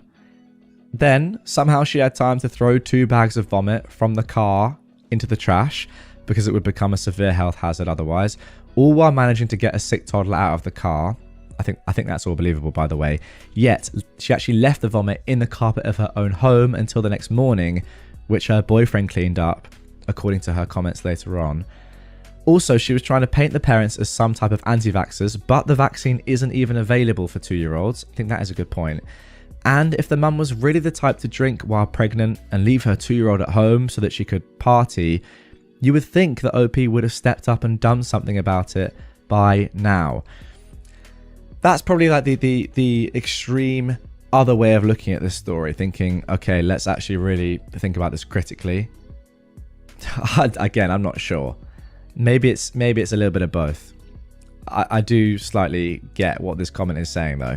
I do not understand this kind of entitlement at all. Lack of basic self-preservation. My daughter is 32 and has a live-in boyfriend who is 34. He's also the father of our grandchild, of whom we have custody. Now, her boyfriend has a level of entitlement I frankly cannot understand.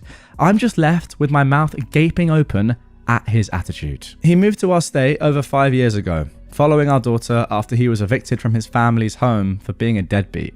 Both his mother and aunt have kicked him out and will not allow him to return. His mother kept his dog and kicked her son out.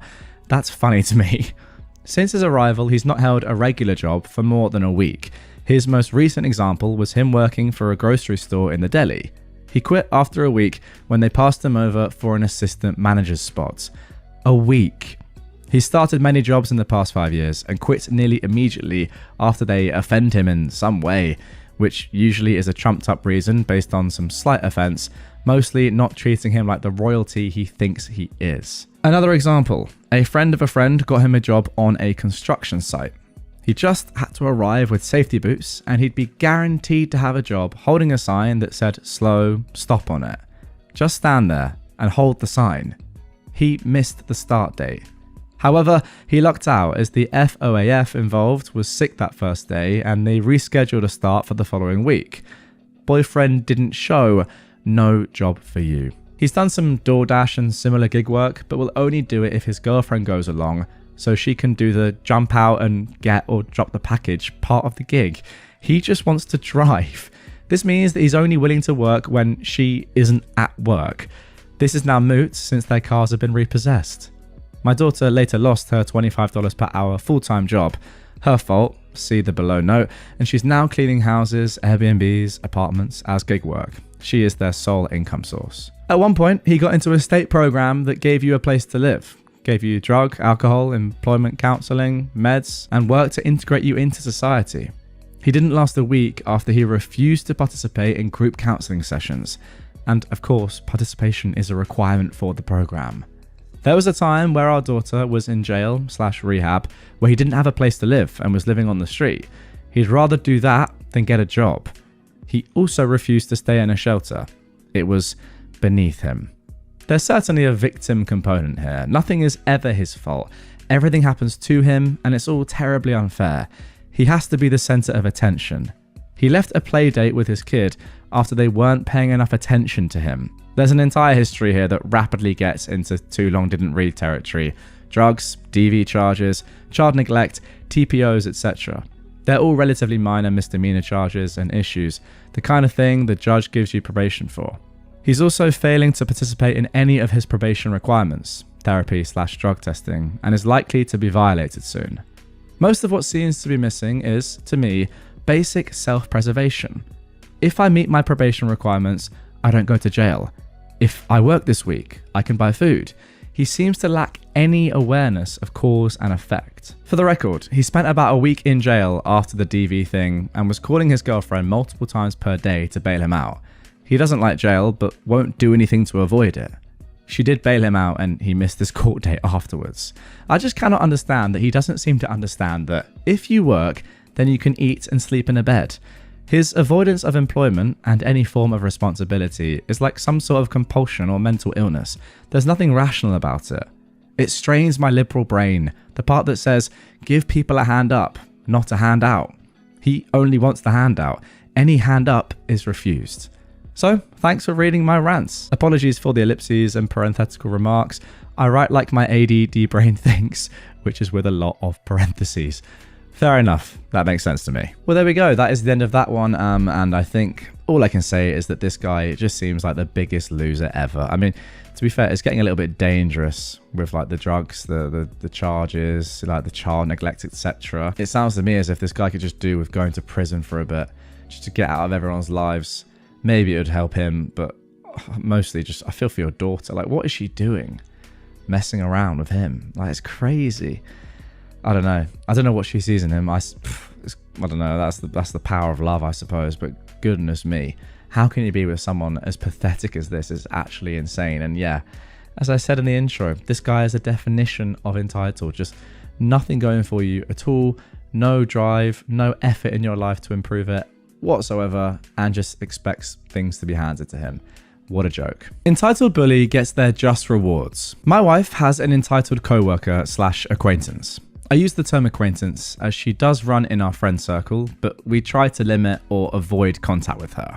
We'll call her Carrie. Anyway, Carrie is known for bullying co-workers at work, saying that she can get people fired, she can't, screaming at people, and at large, just general bad behavior. Her favourite thing to intimidate people with is to tell them to F around and find out. Remember this for later. So, Carrie had an F buddy. Nothing serious, just a guy she'd bang and kick out the door. Carrie is also notorious for collecting engagement rings.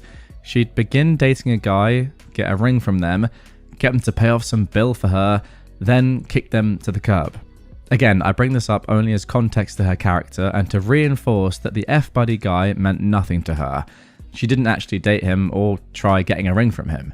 She used him and then kicked him to the curb whenever someone with money showed her attention.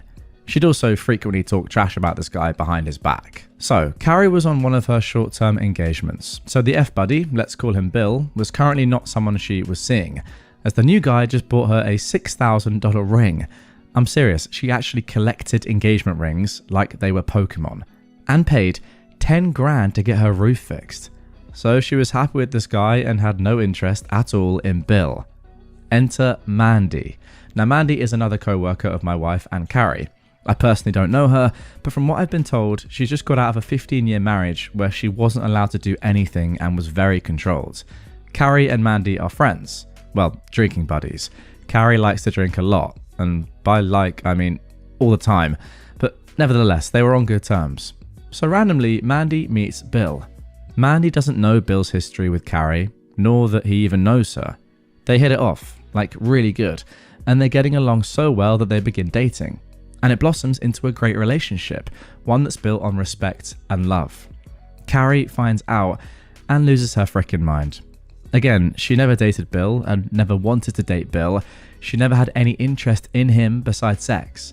Heck, she's currently engaged to a guy, but no, Mandy took her man, and she let the world know about it. Carrie started by going to their boss daily and asking him, "Why does that little female dog still work here?" She would also loudly exclaim this on the work floor for all to hear. Also, Carrie spent a whole hour yelling and screaming at her for something that Mandy didn't even do. She'd also frequently harass them both when they were out and about in town. She'd loudly call Mandy a female dog, a tramp, the C word, just all the nasty things you can say about someone. She would not only loudly say these things in their proximity, but tell anyone that would listen, or not listen, basically just anyone around her, how she was wronged by Mandy and Bill, and what she thought about it, and that Mandy is effing around, so she's going to find out. Fast forward 2 months, Mandy and Bill are still together and extremely happy. Carrie is, not surprisingly, no longer engaged to that guy.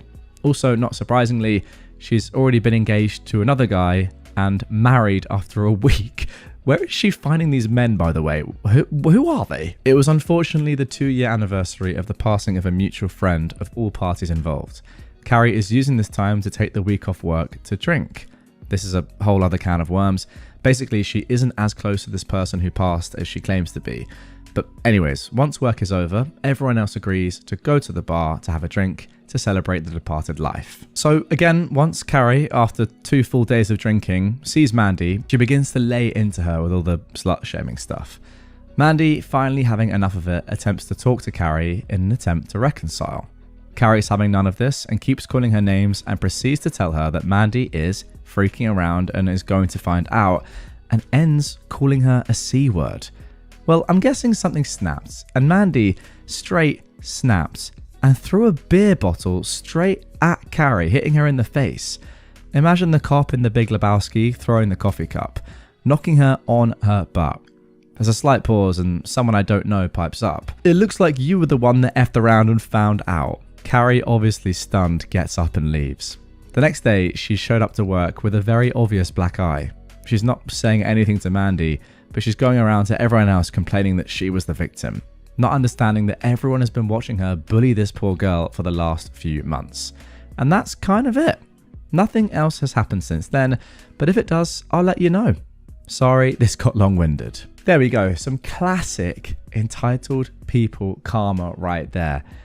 Like, this person is just a bully, you're absolutely right, and no one was ever going to take her side in this one. And I'm sure that a lot of people at your work are pretty delighted, I mean, as far as you can be delighted that someone has been physically hurt, that she got assaulted, because sometimes that just needs to happen. Now, a few of you in the comments of one of my recent videos, and you were right to do this, by the way, said, when I said about sometimes I do think like a little bit of violence is the answer, you said that's wrong. And I kind of agree. However, again, like, I read something like this. This person's getting horribly bullied. Nothing was changing. Is a bottle in the eye the worst thing? Like, she's fine, isn't she? She's got a black eye. That'll heal in a week. If she's going to stop bullying, I don't know. I'm just saying. Sometimes violence can be the answer in rare, extreme circumstances where everything else has been tried. A little bottle to the eye, you know, maybe that's the way forward. I'm not being 100% serious there, but I don't know. The world's unfair, man. Sometimes you need some good karma like that. Now, the next 2 stories I've got for you today are relatively similar. They involve a couple of entitled people entering locations very, very close to their closing time. Let's get into the first one right now. Then you should have come in before 10. This is a story from the time I spent working in a kitchen. It was a restaurant right next to a music venue, and we got busy on concert weekends, but during the off-season, it could get quite quiet with just a few regulars. We had music nights, and the bar was usually serving drinks until close, so we would be open all year. During a quiet late fall day, after doing cleaning and checking dates, we had some apples that needed to be used for something before they got mealy. I used the opportunity to work on my pie recipe. We usually didn't do pies, so it was a change of pace and it kept me busy, so I wouldn't be forced to scrub some unused corner. The pie was great, and the head chef said it was one of the best he'd ever tasted. He even took one home to eat. Kitchen closes, and we clean everything and break down our stations, put dates on our stuff, and throw it in the walk-in. I get to the point I could wait out the last 10 minutes at the bar. It's 5 minutes to close, and I'm waiting for my ride home. In walk the entitled customers. 2 people for drinks at 10:55 isn't unusual. They're told we're closing soon. They say, though, "We want food." I stand up. "I'm sorry, the kitchen is closed and the line cooks have gone home. We can't serve food." "I thought this was a restaurant," the guy in the leather jacket sneers. "Well, we have some apple pie that I made myself I can serve if you want dessert, no charge." I was using my best customer service to get the bartender a good tip. We want real food, the woman in the fur replies indignantly. Then you should have come in before 10. The bar is now closed. Get out, my bartender friend says unceremoniously and starts turning off the lights. I walk to the kitchen, taking their cue, and I turn the lights off. I was in the walk-in when I heard the guy follow me into the now dark kitchen and say, "Seriously?" The bartender says, "No, that's not the door out, and I can't have you in the kitchen. Please leave the way you came in." The bartender starts printing end-of-night credit card reports. To someone unfamiliar with the kitchen, it must have looked like I walked through the door and vanished. The couple stomped out of the bar, and I poked my head out of the fridge to turn off the parking lot lights, letting them go to their car in darkness. Later, when the bartender drove me home, they told me that that couple has only been there a few times.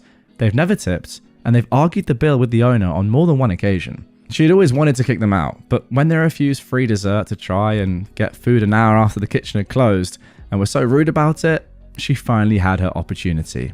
The two of them never came back while I was working there.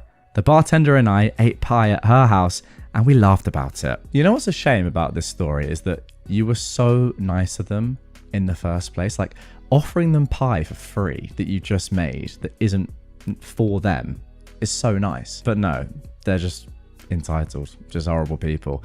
Fair play to the bartender as well for being like, you know what, now you're done, get out, I can't be done with this. And also, I really have like a funny picture of them walking back to their car in the parking lot, and the lights just suddenly going from being bright to off, and them just being like, oh right, well, we've just been done here.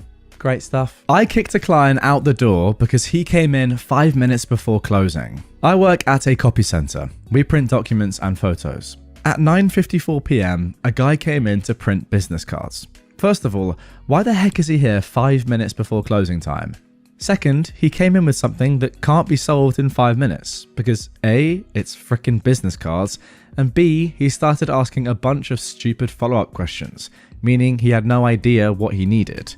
You're probably guessing that business cards are printed and sliced on a machine in large runs. We have a minimum of 50 plus pieces in our production facility, and that it's not done in a regular office with a Xerox machine. Even if it isn't, that's fine, because you'll likely listen politely to my explanation, realize you won't get the results you want now, and go home afterwards. But he didn't go home. He continued to ask if it was possible to print on a regular sheet of paper right now.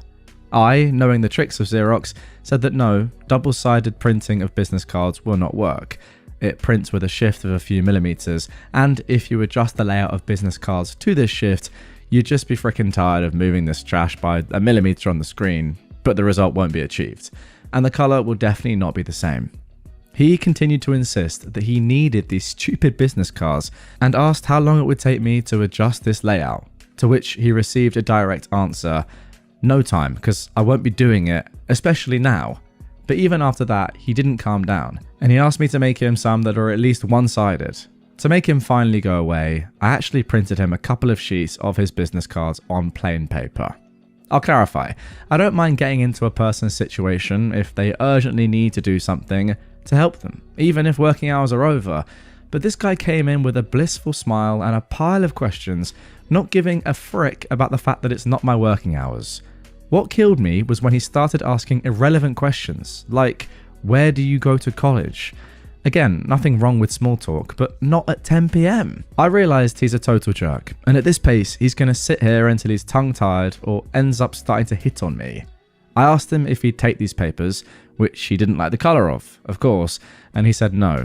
So I pointed him to the door with a straight hand and said goodbye. So that is the end of that one. OP has left a little comment at the end, a little edit, saying, after reading the comments, I wanted to add one clarification. The client was out of the door at 10:03 p.m. after my shift was over. Fair enough if you think that service workers should be overworked for free because of your poor time management. Go and touch grass. The world doesn't revolve around you, which I respect. You're not getting paid overtime for helping him out, you know, as much as you're saying earlier that yeah, you would normally help. If someone is just doing this on purpose, which it seems like they are, like, if you don't have the courtesy to be like, I know it's really late, can I do this? Like, do you have 5 minutes, whatever, to even ask that question, and then just ask loads of random questions when it must be pretty obvious that this person, OP, is trying to get out and close up, then you are a bit of a jerk, realistically, aren't you? So, yeah, there's like, on the one hand, good customer service. On the other hand, I'm not getting paid for this for overtime and you're just being horrible. So what's the point? So I rate what you did there. Well done, and it sounds like you only lost 3 minutes of your time. You want to hit a disabled person? Have fun with 30 plus years in jail. This happened in January, but the district attorney called me 2 days ago with the update. I am a wheelchair user because of a fainting disorder, severe POTS for those wondering.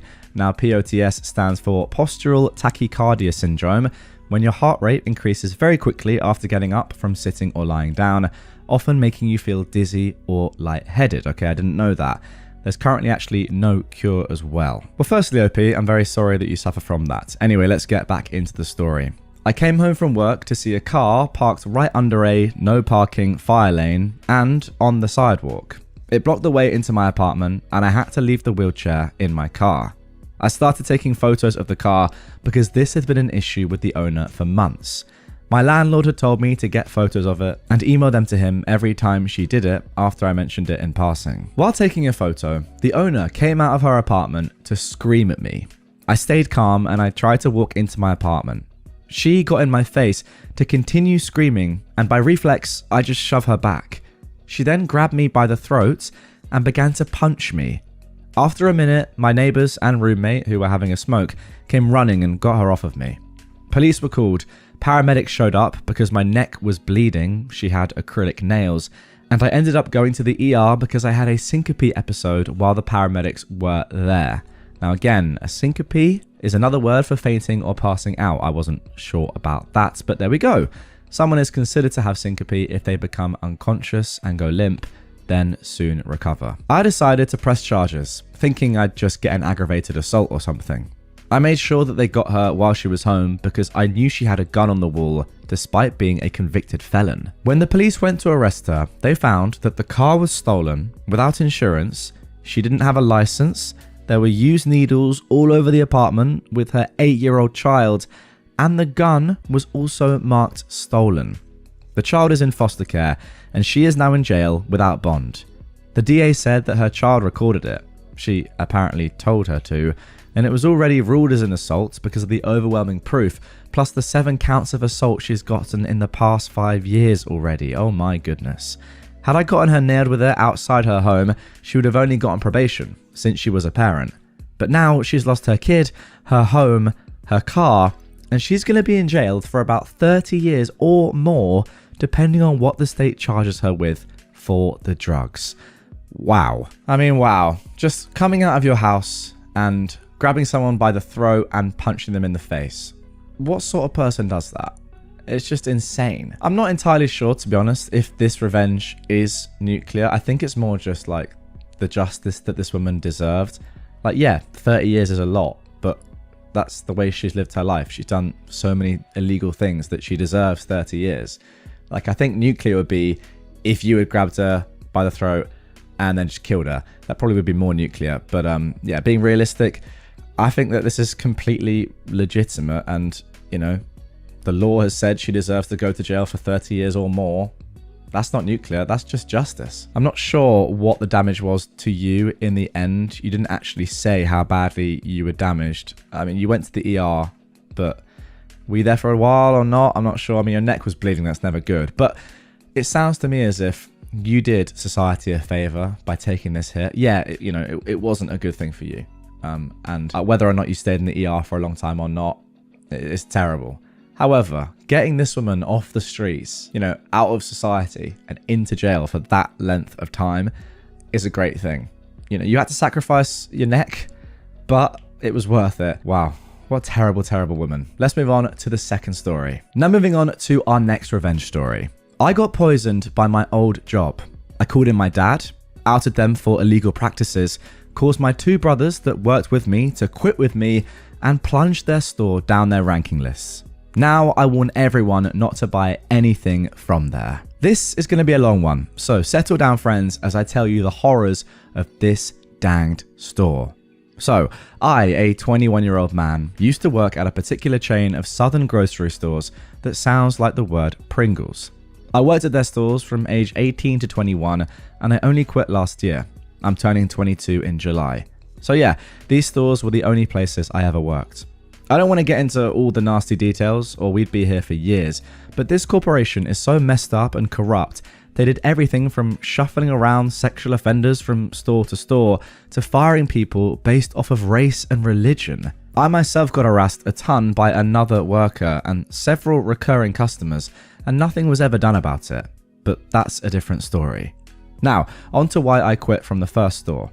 At this time, I was freshly 19. I was the main cook at the Asian food station at the deli, on top of manning several other stations.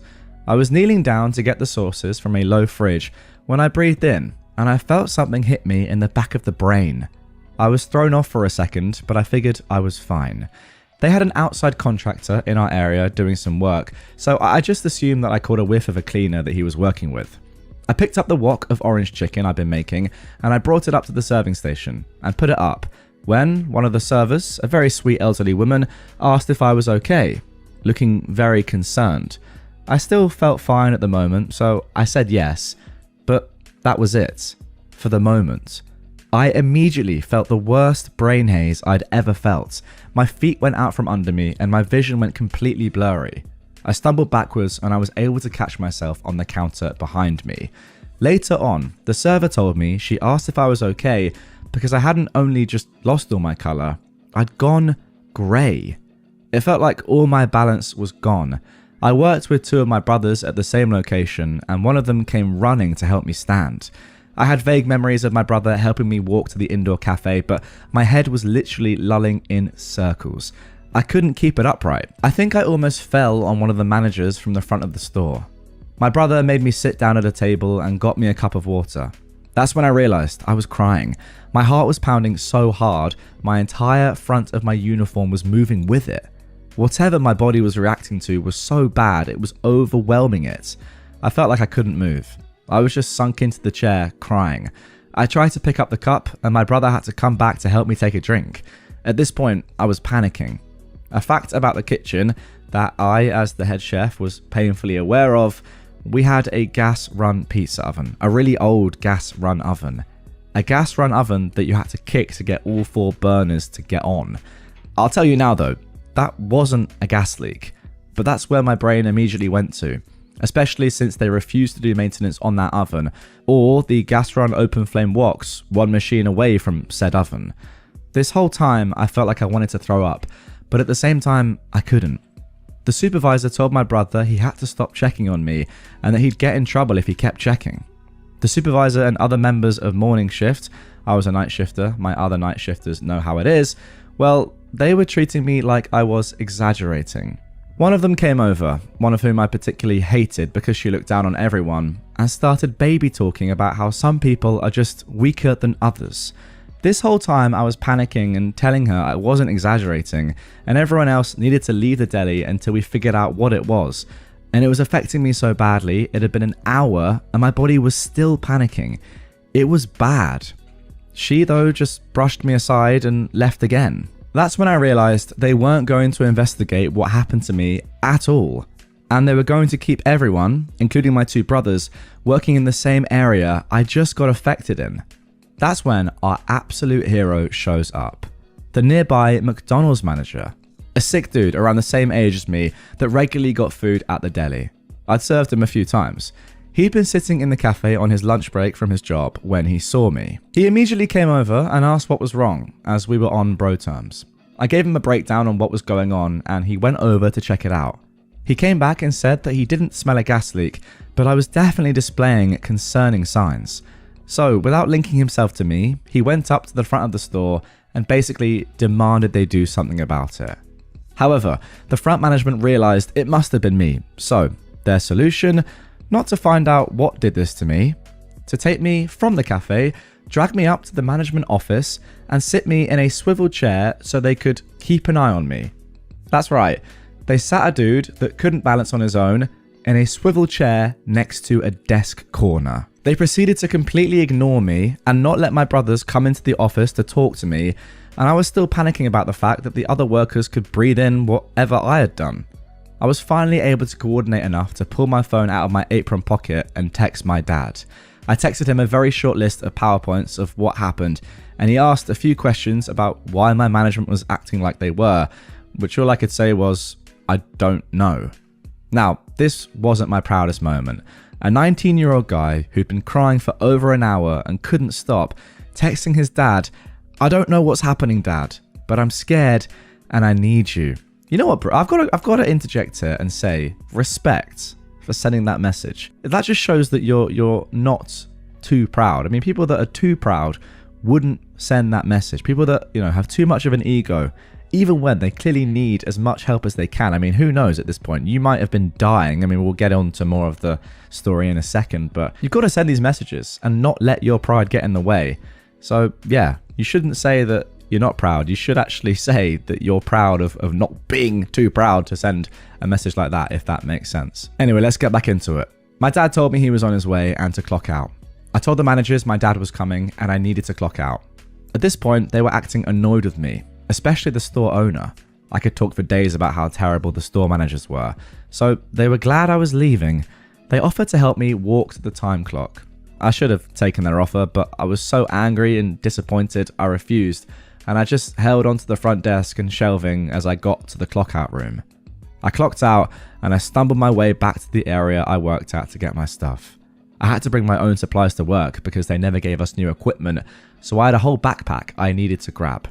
My brothers immediately tried to run over to me when they saw me, but the manager blocked them and told them to keep working. How toxic is that? Before I could get my backpack, my manager, a woman that I'd been working under since I was 18 and frankly scared me, blocked me from going into the back room to get my bag and started demanding answers from me. Once again, this is not a proud moment. I have a medical condition that made me stop growing at 14, so I'm pretty easily intimidated. She was taller and stronger than me, and I still felt completely vulnerable. All of my senses were still shot, and my body was still in panic mode. I tried to answer her questions, but I was just mumbling and stumbling over my own words. That's when I saw him. My dad. My dad is a 5'6" man who worked as a jack-of-all-tradesman for most of my childhood. I'm talking plumber, electrician, groundskeeper, roofer, builder. At this time, he was working as a contractor, so he quite literally was building and modifying higher class houses in the mountains. He came storming in his contracting gear with a bandana wrapped around his head. That is when I knew I was going to be okay. My brothers talked about it later, but if anyone knew anything about my dad, if he had that bandana on, he was going after someone and they were royally screwed. He walked up and immediately crossed his arms, demanding to know what happened to his kid. Once again, not a proud moment, but I moved to hide behind him. My manager was caught off guard for a moment, but recovered and started telling my dad that I'd just overreacted to a cleaner the contractor was using. At that time, I'd figured it must have been something that the contractor was using, but I didn't know for sure, so the fact they knew what had done this to me and didn't feel the need to tell me made me mad, but it annoyed my dad so much. He demanded to talk to the contractor. If you've ever heard a 49-year-old man get mad, you can imagine the tension in his voice. He didn't yell. He never yells. But when he gets serious, the tension in his voice is genuinely terrifying. The contractor they hired came over. That's when my dad's expertise clicked in. My dad, the contractor. In other words, the guy that knew all the local laws around contracted labour. He asked all the right questions. He demanded to see what the contractor had been spraying around the kitchen that day. When they handed him the can, he tore the contractor a new one. So the kitchen I work in is blocked from the rest of the deli area by a counter. A counter has about an inch of space under it for cleaning purposes. So when I leaned down, this spray had shot under the counter and directly into my face. And what was that spray? An industrial grade degreaser. It was so strong it was meant to be used in empty factories by someone in a full respirator mask. It wasn't supposed to be sprayed around people, and especially not right in someone's face. My dad immediately pointed this out and demanded to see the contractor's safety sheet on the chemical, something that all contractors in our area are required to carry on every chemical they use to show they know how to safely use it. The contractor said he had it in his van. He did not. The man was using one of the strongest factory grade degreasers on the market and he didn't know how to use it. He was wearing a mask while using it, sure, but not a respirator. It was just a plain white dust cover. My dad lost his mind and sent me past my manager to get my bag while he tore them apart. Oh, and the illegal part? Well, the company wasn't supposed to hire outside contractors for this exact reason, but my manager did so that the work wouldn't be filed, so it would seem like our store didn't take any company resources for repair jobs. Anyway, my dad took me home and my siblings came back too. My dad went onto his PC and looked at the full information page on the degreaser. I was in the second stage of serious poisoning. It wouldn't kill me, thankfully, but it wasn't fun. At this point, I had a little bit of my balance back, but I was still panicking and confused. I was able to draft up a text, ripping them a new one, and quitting. I had a pounding headache, and I ended up throwing up 3 times before I fell asleep that night. I woke up the next day unemployed, but a lot happier. I had a headache for several days. I ended up working for the company again for around a year in the future, but that's a different story. Now, every time I get the chance, I out all the garbage I can on this dumpster fire of a trash company. And let me tell you just a few bullet points of dirt I have on them, just for a little more revenge. They wanted me to serve frozen soup that expired in 2018 in 2021. They marked rotisserie chicken that wasn't organic as organic and sold it at a marked up price. They wanted us to cook chicken that went green. They reused expired meat from the meat counter in the ready serve food. They called people slurs outright. Okay, as if all the disgusting food stuff wasn't bad enough. They're just calling people slurs. Great. They used outside contractors with no safety standards. The managers shuffle around offenders from store to store and hire offenders that the employees ask them to ban from the store. They purposely marked up prices during times of need, hurricanes, droughts, etc. They have entire teams whose only job is to take down posts about them online because they're that terrible. They called the police on a homeless man trying to stay in the warm during a below freezing day. He wasn't bothering a soul.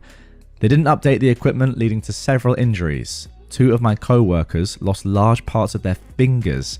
They delayed training until the last moments, leading to my training being 167 days overdue when I did it. They didn't fire an employee that slashed 2 other employees' tires and was known as a stalker. She followed someone all the way to their house. And finally, they had a food safety grade A sign up from 2019, but their current grade was barely above a C, technically a B. And so many freaking more. But this is part of my revenge. If you're in the South and see one of these dang stores, just don't go. Go into Publix. They're better. They treat their employees better. And honestly, I've never met an ex-employee from Pringles that doesn't want the entire corporation to fail and be gone. Anyways, that's the story of what happened and my never-ending revenge. I will never stop outing them for the trash corporation they are, and neither will my family. I sincerely hope I live to see that company gone. Revenge forever.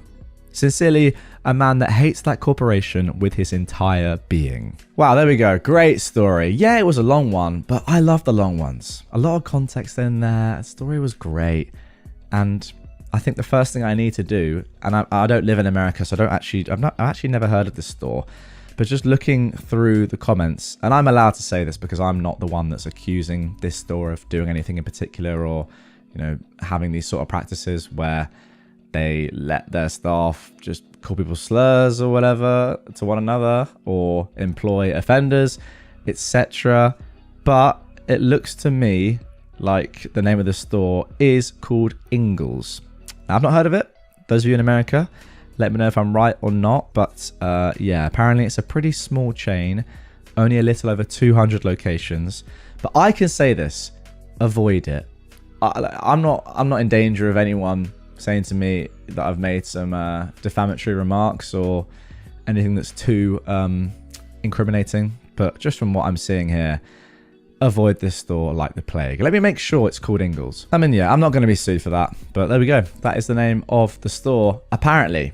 Now, one thing that I have to say is, why, OP, did you not go to hospital throughout all of this? Like, it doesn't matter what your manager or your, the other staff are saying to you. You could have been dying. I mean, I don't know what was... You must have had no idea what was going on. Surely someone should have said, go to hospital. Like the fact that the staff were stopping your brothers from seeing you. If I'm your brothers, I don't care. I'm getting in there. I'm saying, no, we're going to hospital right now. That's the only thing I don't really understand about this story. But overall, yeah, great stuff. And you're right. If telling your story online, even me like narrating it now, giving my thoughts on it, and you guys all listening and watching to this helps people not go to Ingalls anymore, I think it's worth it. Hopefully I can't get sued for this, but I don't mind saying what I've just said based on what I've just read. Okay, now for our third revenge story. Revenge on my former neighbor who vandalized my vehicle. This happened about 15 years ago. My wife and I purchased a home deep in the country in an effort to simplify our lives. We quickly met our neighbors and everything seemed good. A year or so after we moved into the home, my wife got pregnant with our first child. I traveled periodically for work at the time and I was out of town. My wife was wanting to take a relaxing soak in the tub as her feet had swollen due to the pregnancy.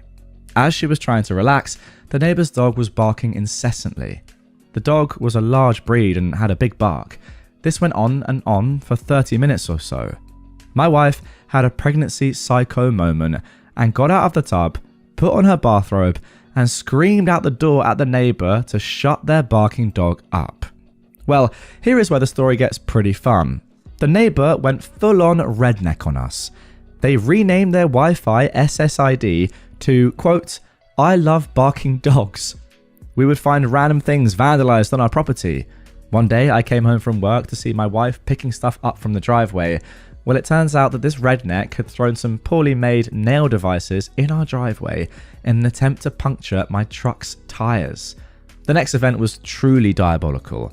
I left for work the next morning, and by the time I got to the interstate, my brakes felt sort of squishy. I pulled into a truck stop to inspect the truck. The petcock valve on my front right brake caliper had been loosened, and my brake fluid had mostly drained out. This guy tried to kill me. I went postal, but with insidious methods. I work in the IT field, so technology is my thing. I had an old laptop that I installed an OS on that is used for security penetration testing, and I cracked their Wi-Fi. I printed interesting things on their printer, including a convincing email from another woman to the husband. I printed prawn photos. I'd love to have been a fly on the wall when the cow found that. I discovered that I could go online and sign up for a prison romance pen pal. I signed his wife up and wrote a letter that was supposedly from her. I gave their address and I told the inmate enough about their life, how long they'd been married, what the hubby did for a living, how many kids, dogs, etc. they had, stuff like that, to make it convincing. I expect that her husband had a few words for her after that. I've never told this story before, and I hope it brings someone else even a little bit of joy. That was a funny one. Now, importantly, guys, some of you might be wondering, like me, okay, that's great and all, but did anything actually happen? As in, what were the repercussions? Because this guy has tried to kill you and you haven't gone to the police. So somebody actually asked OP in the comments, okay, but did this actually achieve anything? And OP said, we moved shortly after. I heard they got divorced a couple of years later. So there we go. Sounds like this did have the desired effect. But yeah, crazy, crazy neighbors. This is my fear. I'm actually trying to get a place at the moment, right? And I'm slightly concerned because how do you ever know what your neighbors are going to be like? If you've got people like this next to you, this makes such a difference compared to having, just normal neighbors. You can have the nicest house in the world, be in the nicest place in the world.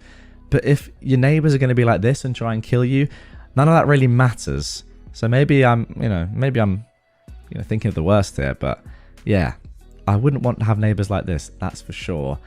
However, I suppose if I do, then I'll have some great stories to tell. Now for the final story of this episode. Sent flowers to a, quote, dead ex. I am an 18-year-old guy, and I had an ex who was an 18-year-old girl who I haven't talked to in months. Fast forward to last week, I was talking to a group of friends and her name came up in conversation from a friend of a friend. This friend thought that her and I were still together, and when I explained that we weren't, we continued the conversation about it, and it got me thinking how she's been. Mind you, she went ghost and really made me hurt, but because I'm a very apologetic person, I didn't let it bother me. After the conversation though, I thought I'd reach out and just see how she's doing. So I text her friend, because she's got me blocked, just to see how she's doing. And her friend was all cool about it and the whole thing seemed fine. Until my ex texted my friend acting like her sister, saying she had died. Little did she know, I remember when she pulled the same stunt with their ex before me. So, the revenge. Me and a group of friends made the 51-minute drive to her house to pay our respects. What we did was we went to a gas station and bought all of their flowers, put them in a basket, and put a card in it marked with our deepest condolences. The card was filled with some of the finest glitter we could find at the dollar store, and off we went to deliver everything. When we get to her house, I told my friends to stay back while I went up and knocked on the door. I set the flowers down on the porch and I walked away. As I'm walking away, however, her dad answered the door and went, "Can I help you?" To which I replied, "I'm sorry for your loss. Her name meant so much to me and it's sad to see her go." In confusion, her dad responded, "She's not dead." As me and the boys leave, her and her friends show up in her car. Then she looks at me and my friends and says, "What are you doing here?" "Well, I thought you died," I replied. Her dad was furious and essentially took all of her freedoms away until summer and actually gave me and my friends each $20 for the inconvenience and gas money. Okay, honestly, who does that? Like, who jokes about their own death like that? Unless you're like 12 and you just have no common sense. But like, ghosting is one thing. Joking about your own death or faking your own death is so dumb. Also, it's so obvious that you're not dead. Like, it's not that hard for someone to work out, oh, you dead or alive? Like, you don't even have to go to their house. Just go on the internet. It really can't be that hard to know. Also, like, word of mouth. Imagine being her dad. He's probably just like, what are you doing? Like, he's probably sick of her doing this sort of stuff. Probably knows that she's done it before. And that's the reason why he's actually like furious and is like, you know what, guys, thanks for telling me because this is ridiculous. I'm going to give you all some money because of the inconvenience. And she's not doing anything this summer. Like, it's actually insane. The dad's probably a nice guy. The daughter, Jesus, horrible. My husband got fired for harassing a co-worker and won't talk to me about it. I am a 36-year-old woman. And my husband, Charlie, who is a 41-year-old man, and I have been together for 10 years, married for 6. We've had our ups and downs, but we're currently in an up. He's never done anything like this in the past, so it came out of left field for me, and I'm very much shocked and at a loss here. Charlie is a computer programmer and was a senior engineer at his former company, where he'd worked for 4 years. He'd never had any trouble with co-workers, and we're both friendly with a few of them, mostly other men and their wives. On Friday of last week, he came home at around 11 AM and told me he'd been fired. He was really upset and agitated, and I didn't want to push him about it. But he told me that they'd said he was harassing a co-worker and was therefore fired. So the information I've been able to get out of him is this. The co-worker is Beth, a junior engineer who he's never mentioned to me before. He said she's, quote, terrible at her job. Beth slept with a senior engineer we're both friendly with, Darren. Darren wasn't involved in the harassment, wasn't fired, etc. The company's lawyers were there, and among the things they told him was that Beth could have pressed charges, but chose not to. Something happened with her car, but he won't say what. His exact words were, there was something with her car. And finally, he was escorted off of the premises and is not allowed back in the building to get his belongings, and instead has to arrange with security to pick them up after business hours. As far as anything else goes, he won't give me any details. He isn't interested in seeing a lawyer because he says that everything is legal. He's basically admitted to, quote, sending Beth some emails, but he won't say what they said or anything like that. I don't know if Beth sleeping with Darren had to do with it, but the fact that he gave me that detail makes me think it does. I'm not sure how that relates. Darren is a very nice single man who's in his late 20s and approximately the same age as Beth. My mind is running wild here. Charlie has been depressed and withdrawn all weekend. He won't talk to me about it, and he won't talk much in general. I work remotely, so I was home all day with him, and he played video games all day and then went to bed at 6 PM. The fact that he won't tell me anything and isn't interested in seeing a lawyer makes me think that it's bad, and it makes me worry that everything is true and not just a misunderstanding or a small thing blown out of proportion. He has never been flirtatious with other women or cruel to them, and he's also never said anything bad about other women engineers that he's worked with. I don't know what to do here. My instinct is to be supportive of my husband, but I don't know what kind of behavior I'd be supporting. I don't want to run to his co-workers we know and ask them, since they're more our friends than my friends, and while we spend time together at get-togethers or bars, I'm not close with them. In an immediate sense, I don't know what to do about helping someone who is so depressed and won't talk to me. Okay, there we go. That is it for the original post. I completely get what OP is saying. You want to back up your husband here, of course you do, but you don't know what he's done. Can you support someone when you don't know what they've done? I'm not entirely sure, even if they are your husband. If he's not giving you the details, then that's not really your fault. Anyway, let's jump into some top comments before getting into the update for this one. Somebody said, I would tell him you have to assume the worst if he won't be honest with you. I've got to say, he must have done some bad stuff to be escorted off the premises with no warning like that. Either he was hating on her and went over the top, or he tried to F her and went over the top, or he tried to F her and then hated on her. Okay, I suppose, maybe, but I'm not sure about sort of guessing what he's done either. It's one thing him not telling you, it's another thing trying to work out what he might have done. This comment continues saying, edit, I've just reread the whole thing. I'm guessing that he tried to F her, then sent crazy emails and vandalized her car. He could easily still be charged criminally and or sued. Yeah, as I said, I'm not sure about jumping to conclusions, but I get why the people of Reddit are trying to work out or, yeah, guess at what might have happened.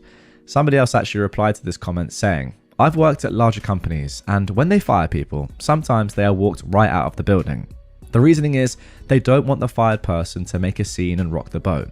It's heartless in my opinion, but it does happen. Something tells me that OP's husband did something terrible because lawyers were there and apparently the girl could have pressed charges. That is very unusual. My guess is OP's husband got jealous that Darren was sleeping with Beth and not him, as he had a crush on Beth for a while, and he flipped out and went all nice guy on her.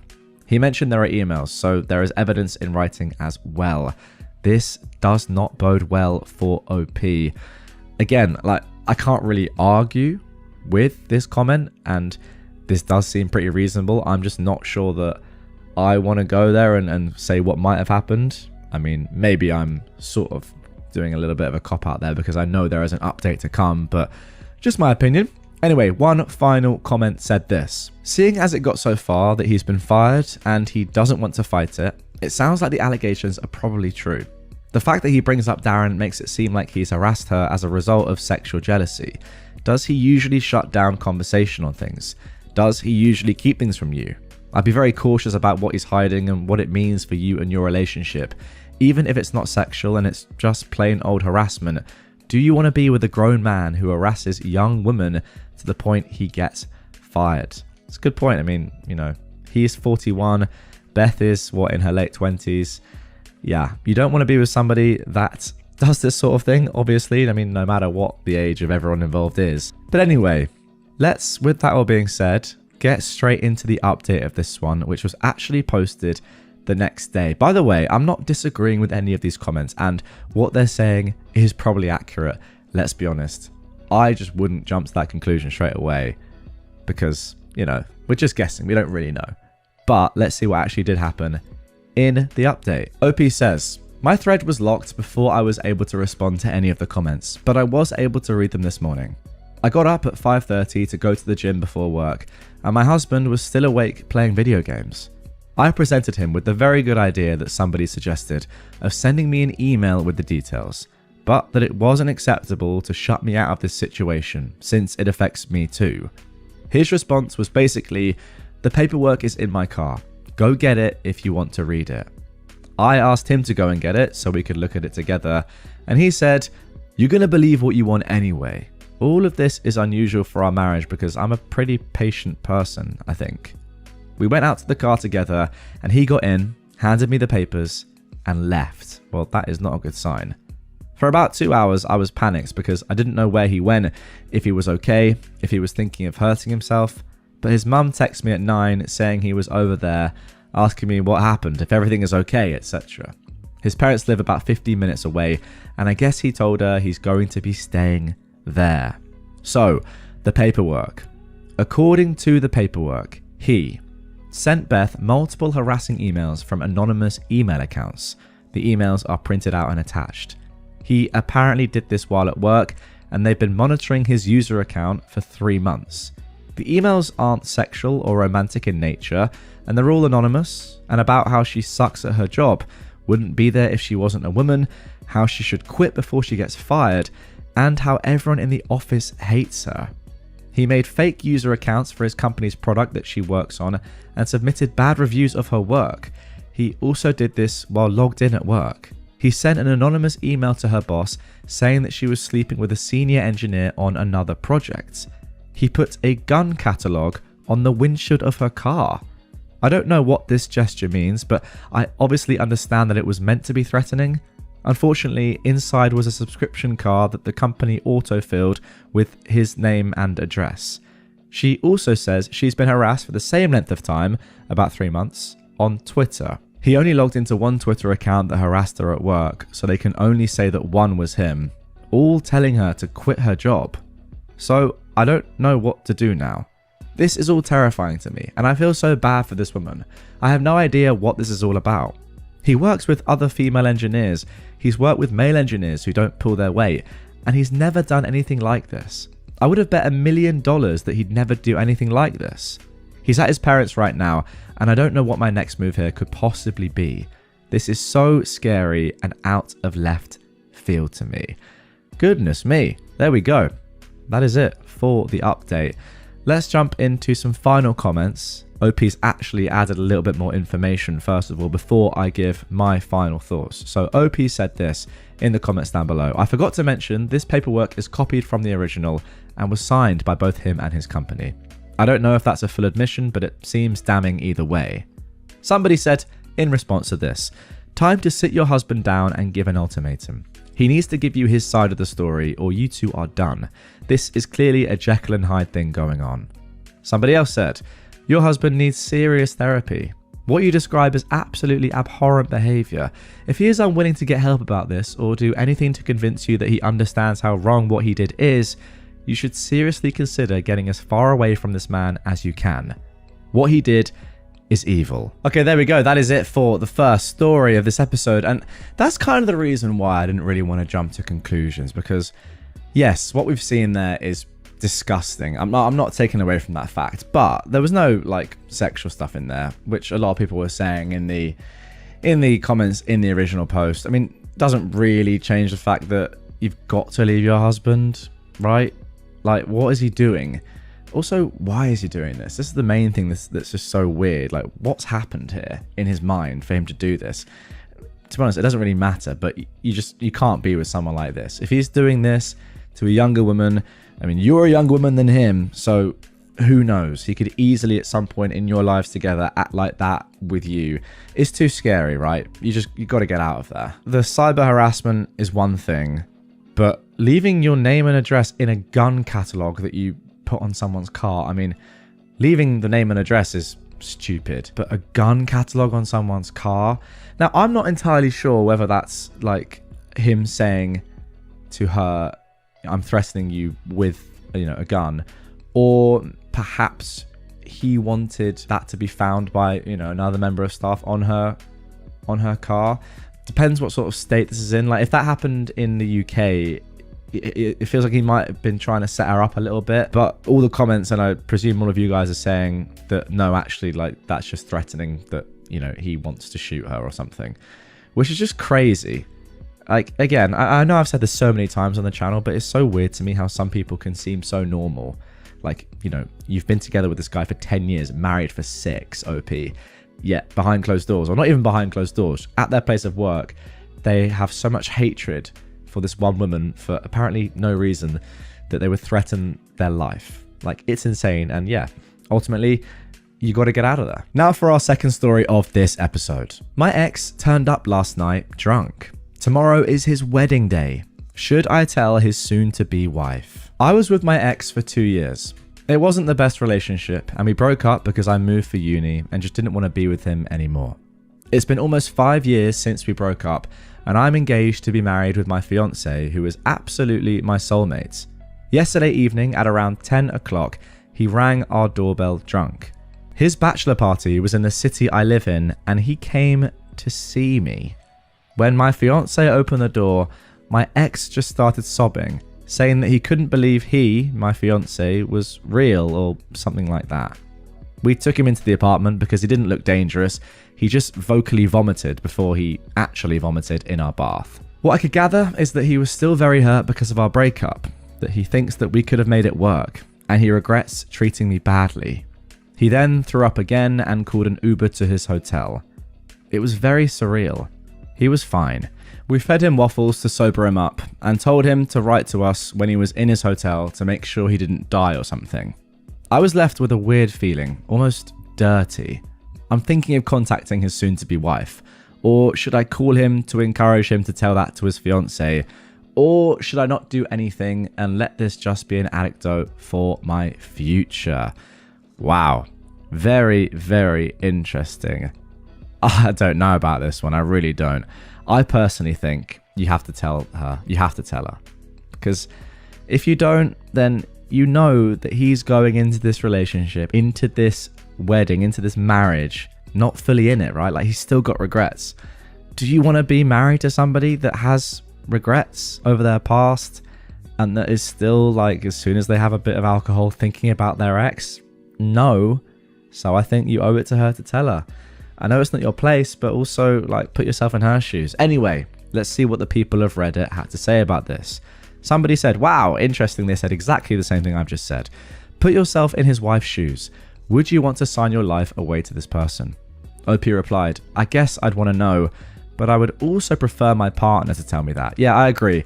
It isn't your place to tell her, and I agree exactly with your logic there. Tell him to tell her. But I would also say, like, look, if you don't tell her, then I'm going to, because she has to know.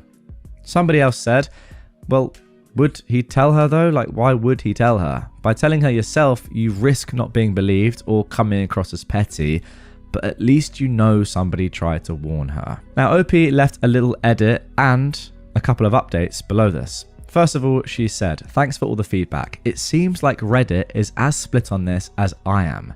Just because this kept coming up, my main goal with telling her is not for them to break up. I don't want that. That's not why I would want to tell her. The reason for me telling her is solely that I would want to know if I was her. Nothing else. It's also not me bragging about him not being over me.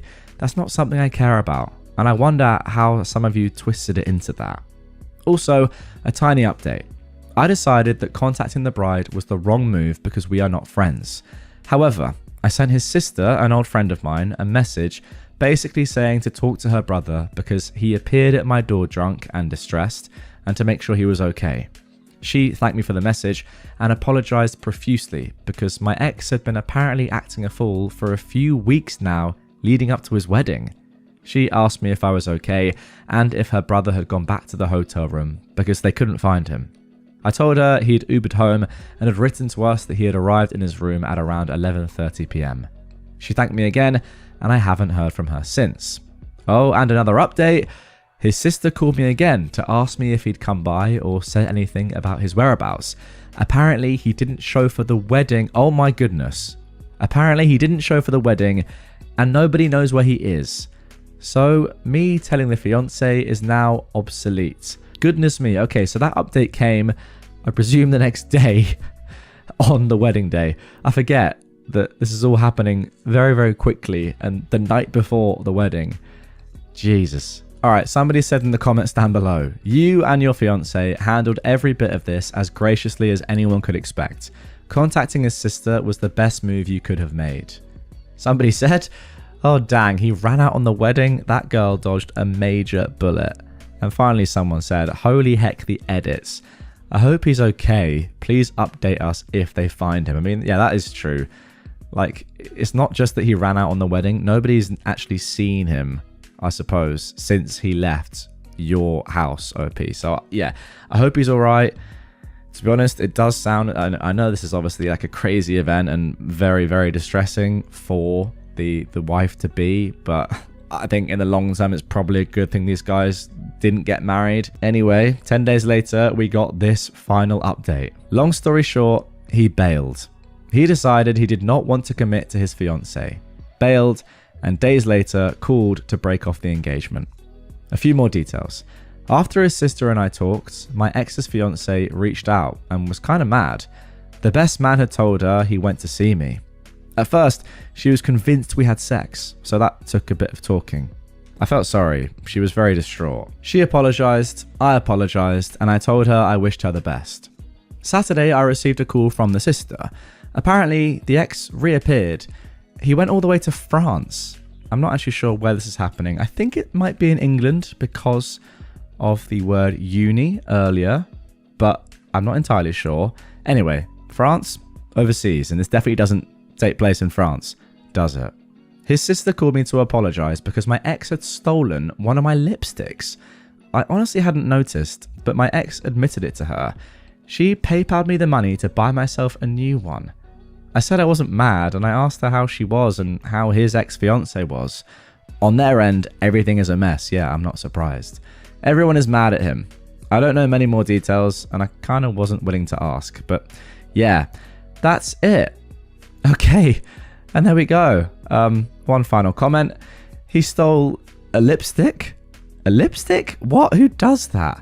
It's so bizarre, it's funny. Stealing a lipstick of all things, and then his sister PayPaling you for it? Thank you for the laugh. OP replied saying, our guess is that he just grabbed the first thing he knew was mine that was small enough to fit in his pocket. And there we go. Okay, not quite sure how to react to that one. Slightly strange story all in. This guy, I think, just was battered and clearly had realized over the previous weeks that he did not want to do this. And he was probably too much of a coward to admit it to his fiancée and had to do this instead and just, yeah, get out of there. Which is a terrible, terrible thing to do. I mean, if you're going to do something like this that close to a wedding, at least have the decency to actually explain to people that you're not feeling it. If you're not feeling it, yeah, it's pretty poor to do it that late, and I assume that everyone involved is going to lose quite a lot of money on the wedding, but it's at least better than just running away and then just, you know, on the day, the bride-to-be just being like, well, where's my fiance? Where's my husband? And just, you know, obviously being devastated. But yeah, there you go. As for stealing the lipstick, I don't know. This guy is he's just gone crazy. He's just panicked, hasn't he? That's the thing. He's just panicked, and yeah, he needs some help, but he's also a complete jerk. Just from looking through the comments and OP's account, I think that OP lives in Germany, or at least is German. So safe to assume that this wedding was taking place in Germany, and that, yeah, her ex just fled across the border into France. It's not really that funny, but it kind of is. Like, I can just imagine this guy just being like so stressed and panicked and being like, you know what, I can't even just not go to my wedding. I've got to leave the country. What an idiot. What an absolute idiot. And like, just why is he stolen lipstick? Again, like, as I said earlier, I feel like this is a good man to dodge from I hope now his ex. But doing it in this way, absolutely shocking. Our friend's entitled sister tried to force her way onto our trip to Egypt. This story happened quite a few years ago with me and my friends. But after reading quite a few stories on this subreddit, I feel that now is a good time as any to share this post. On November 2019, me and a couple of my friends, Haley, Rose and Rachel, were given an opportunity to travel to the Valley of the Kings in Egypt. Note that we are archaeology graduates. While our families and friends were excited and proud of us for being able to go on this trip, Rachel's family did not feel the same way. Rachel's younger sister, Lisa, was the golden child of her family. Anything she wanted, her parents gave to her. While Rachel had to take out a student loan to pay for college, Lisa's parents paid for her tuition, only for Lisa to drop out 2 years in. Instead, Lisa chose to try and build a career being a model and influencer on Instagram. When Rachel mentioned that she was going to Egypt with us, that our plane tickets and accommodation had been already taken care of for archaeological fieldwork, Lisa got jealous, as she felt that the trip and taking photos of herself in Egypt for Instagram would help launch her modeling career. That said, their parents demanded that Rachel give her tickets to Lisa, as they felt Lisa was more deserving of them. To which Rachel obviously said no, it was already paid for by the foundation specifically for her and our group who were trained to do this kind of work. According to Rachel, she's had back and forth arguments with her family leading up to the trip. She actually eventually just left home and moved in with her boyfriend, now husband, into his apartment. I held on to our plane tickets as we were all to meet up at my dad's place in the morning before we head off to the airport. At the time, I still lived with my dad. That said, as me, Rachel, Haley and Rose were at my place just hanging out and getting ready, Lisa pulled up with her mum and came knocking on my door. Apparently, they were demanding one more time that Rachel give her ticket to Lisa. Lisa even had a couple of bags with her as well. Before I continue, I'll just give you a better understanding of Lisa and Rachel's family and why they may behave or think this way. Rachel is the only one in her family who has actually finished college. Rachel pretty much took care of herself for much of her childhood as her parents were too fixated on Lisa. Their parents moved to Los Angeles from Florida to try and become actors, but failed. They moved up here for some reason, and now their dad works as a truck driver, and their mum, I think, works at a grocery store. Rachel's family treated formal education and academia in general as a joke, and they didn't really support the idea of anyone going to college until Lisa decided she wanted to try going herself, as previously mentioned. Haley interjected, interrupting Lisa and her mum, and pointing out again that this was not a vacation, this was an archaeological trip, and we were going there to do actual work. Haley went on to point out that it's Rachel's name on the plane ticket and on our accommodation in Luxor. So she asked Lisa and her mum questions like, how do you think Lisa is going to actually get on the plane? Who will Lisa be traveling with in Egypt? And where will she be staying there? Apparently, Lisa, despite not being friends with us at all, and her mum, expected the rest of us, me, Haley and Rose, to just somehow convince customs to let her through and get on the flight, as well as expecting us to look after her and accompany her. I should also note that apart from Rachel, nobody in her family has ever travelled on a plane before. Lisa and their mum have never been overseas, and the only international travelling their dad ever did was driving trucks to and from Mexico. That said, I'm guessing this is why they don't seem to know how plane tickets or customs work, but that's just my assumption. Well, that is a pretty fair assumption.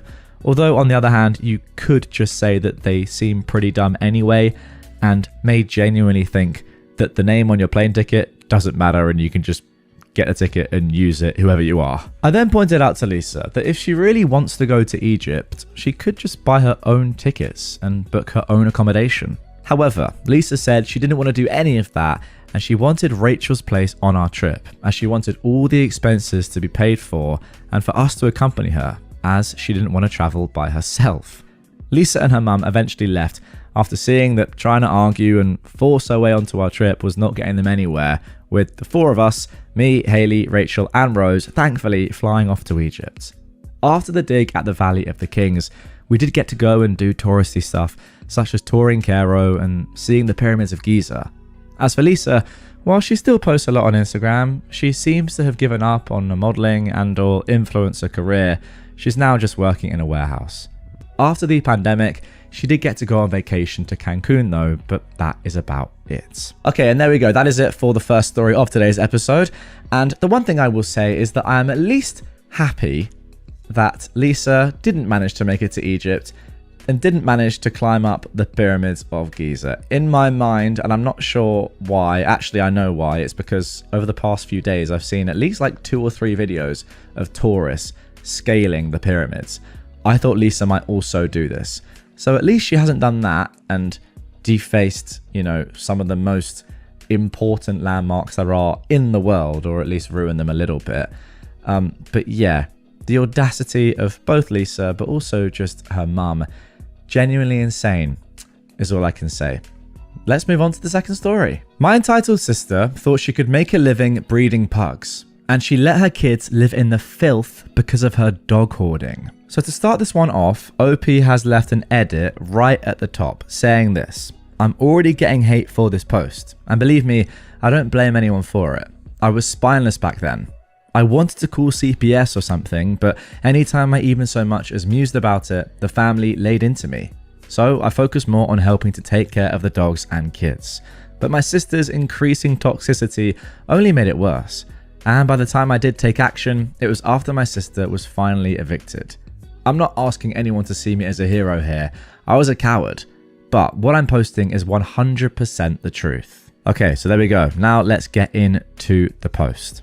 My sister, for years, believed she could make a living breeding pugs. She used to have a breeding pair she named after sibling characters, ironically. Well, that's a bit weird. The first time the female got pregnant, I had to help with the birth. And that pug had like 10 puppies. It was months of dealing with a stinky puppy pen, and my nephews and I having to take care of them while my sister wasn't home. She managed to find homes for all but one of the puppies, and the final one she refused to sell because he was too cute. I knew it. I knew from the start that she'd want to keep one of the puppies for herself. She denied it, but then she did. Just to try and make it look like she wasn't keeping the puppy because she didn't want to sell him, she claimed she was giving him to her sons and he'd be their dog. That was complete and utter BS, and we all knew it. That third pug was a menace, and it only made all 3 pugs one terrible group of troublemakers. They urinated on the floor so much, they rusted out the vents. And my nephews didn't really take care of the third pug as my sister claimed they were supposed to as their dog. So she threatened she'd give away the third pug many times, but didn't, and would cry if called out on it because he's too cute. After like 2 years of that, it finally was too much for her and she gave the third pug away. She couldn't sell him like the prior puppies because he was fully grown and neutered. Somehow, the mother pug didn't have another pregnancy that took until my sister was evicted from the family property. We were kind of thankful for that. I ended up taking care of these pugs as much as my nephews while my sister wasn't home. The first pug that became the papa dog wasn't so bad, but the female that became the mama was a nightmare for a while. That dog developed some twisted need to poop exclusively on my sister's bed. My sister once came home to, I kid you not, 9 piles of poop from that one pug on her bed. I'd see this dog come running into the bedroom after going outside, jump on the bed, give you a look like she doesn't care what you think, and she would drop a juice wherever she felt like, which would usually be on the bed as soon as you weren't watching her. And this dog was punished for it many times, but refused to stop. It got to the point where we had to keep her caged and the bedroom door perpetually closed, but she kept finding a way in if she was let out of the cage. Now just another quick edit here from OP. Avoid this and the next paragraph if you don't feel like reading about this dog. You know what I'll do? I'll put a timestamp on screen right now of where to jump to if you don't want to hear about what's going to happen next. And if you're listening on podcast platforms, just skip ahead. Eventually, it got to the point where I was taking zero BS from this dog. I decided one day she was not going to go back inside until she pooped. And the dog really did not like that, especially since it was cold outside and the ground was wet. I watched as she would sniff around, make a motion like she was going to take a dump, then just whine while looking around and move on. She did this a few times, then looked over at my sister's trailer and suddenly started running towards it all of a sudden with a look of complete glee on her face like she was thinking, I want to poop there. I stopped the dog and I forced her to come back. She looked at me like I was a killjoy and just sat down to pout and stare at me. I told the dog I had all day and she finally got bored enough to go back to sniffing around. She tried to make a break for the trailer 2 more times. Finally, after like 45 minutes, she couldn't hold it in anymore and took a dump. But I could tell she had more in her. So I kept waiting around and she finally took another dump because I wasn't taking her back to the trailer. The march back was like a walk of shame for her because she knew she'd lost. And she put up no fuss when I put her back in her cage. I kept up that routine until eventually she finally stopped trying to poop on the bed. Okay, I think we are done with the poop for now. So if you skip forward, you're safe. Eventually, my sister's at the time boyfriend brought home a puppy he got for free. This puppy was adorable, but grew into an absolute monster, bigger than my Akbash dog. He was huge and pooed and peed on the floor all the time, especially right near my middle nephew's bed. Okay, so the poop isn't really done yet. You know what? I think it's just part of this story, isn't it? It's kind of in the title. Anyway, when put on his tether outside, he would bark constantly. On days I had migraines, this dog drove me nuts, and he made it impossible for anyone to sleep at times, especially my father. This dog was so strong that he broke his chain tether numerous times. They couldn't use rope because he'd chew through it. He chewed everything. The 5th wheel trailer my sister was living in on our property at the time, she bought brand new. That dog just destroyed it, even worse than the pugs did. That dog also destroyed plenty of stuff belonging to my nephews. Clothes, shoes, toys, anything it could get in its mouth. I had to fix my middle nephew's shelves with duct tape. What? Your shelves? Goodness me. We told my sister many times that she had to get rid of this dog. We even gave her an ultimatum more than once, but she still refused. She finally sold the dog to someone who had one of the same breed and wanted another one, and treated us like we'd ruined her life by making her get rid of this dog that she could not handle. Soon after, my ex-brother-in-law took his kids away and refused to bring them back. Not long after, my sister was given the boot, and she was out by January. When my sister got an eviction notice from the family property in 2023, she moved in with her only remaining friend and started breeding her pugs again. And just like last time, she kept the cutest one. Then her best friend kicked her out, and my sister got a new boyfriend who was also her drug dealer and moved in with him. Then her abusive boyfriend kicked her out and left her in a broken down RV trailer on the side of the road, and then he left her with a car that barely ran. By then, she'd burned like 98% of the bridges she'd had because she's an entitled narcissist. She spent 2 days living with her boyfriend's sister and let her pugs pee and poop all over the bedroom floor and didn't clean up any of it, so she got kicked out there as well. I had to clean it all up when I came and got her and her stuff, and then I had to spend a day following her numerous places with all her stuff in the back of my truck while she was trying to find someone to take her in. Most of the people she tried to get in touch with wouldn't return her calls or messages, and I was the only one walking her dang dogs. She just sat in her car on her phone the entire time, and then she tried to force me to take her dogs home with me, but I couldn't. Our parents are my landlords. They said no. My sister flipped out on me for it. She claimed our parents were allowing me to bring her stuff home in my truck for the time being, and her dogs were a part of her stuff, but I still said no, and she lost her mind. She spent the night in a car full of junk with 3 pugs. She didn't even have food for the dogs. I had to buy her some because she was broke. The next day, our mum got her a motel room for the night and she was completely ungrateful for it. Then she went right back to her abusive boyfriend the next day. I just dumped her stuff off in his front yard and I left. My sister finally had to surrender the mum and dad pugs to a rescue, but she kept that puppy. I'd previously told her she needed to give away all the dogs as she couldn't care for them if she was homeless. She said she'd think about giving up the 2 parent pugs, but refused to part with the puppy. I told her that trying to raise a puppy on the streets would not be good for the dog, and she ranted that dogs were great for the mental health of homeless people, and that she needed him. My sister was previously in touch with a pug rescue, but stopped talking to them. I looked this rescue up and I gave them a call, and they were worried for the safety of the pugs.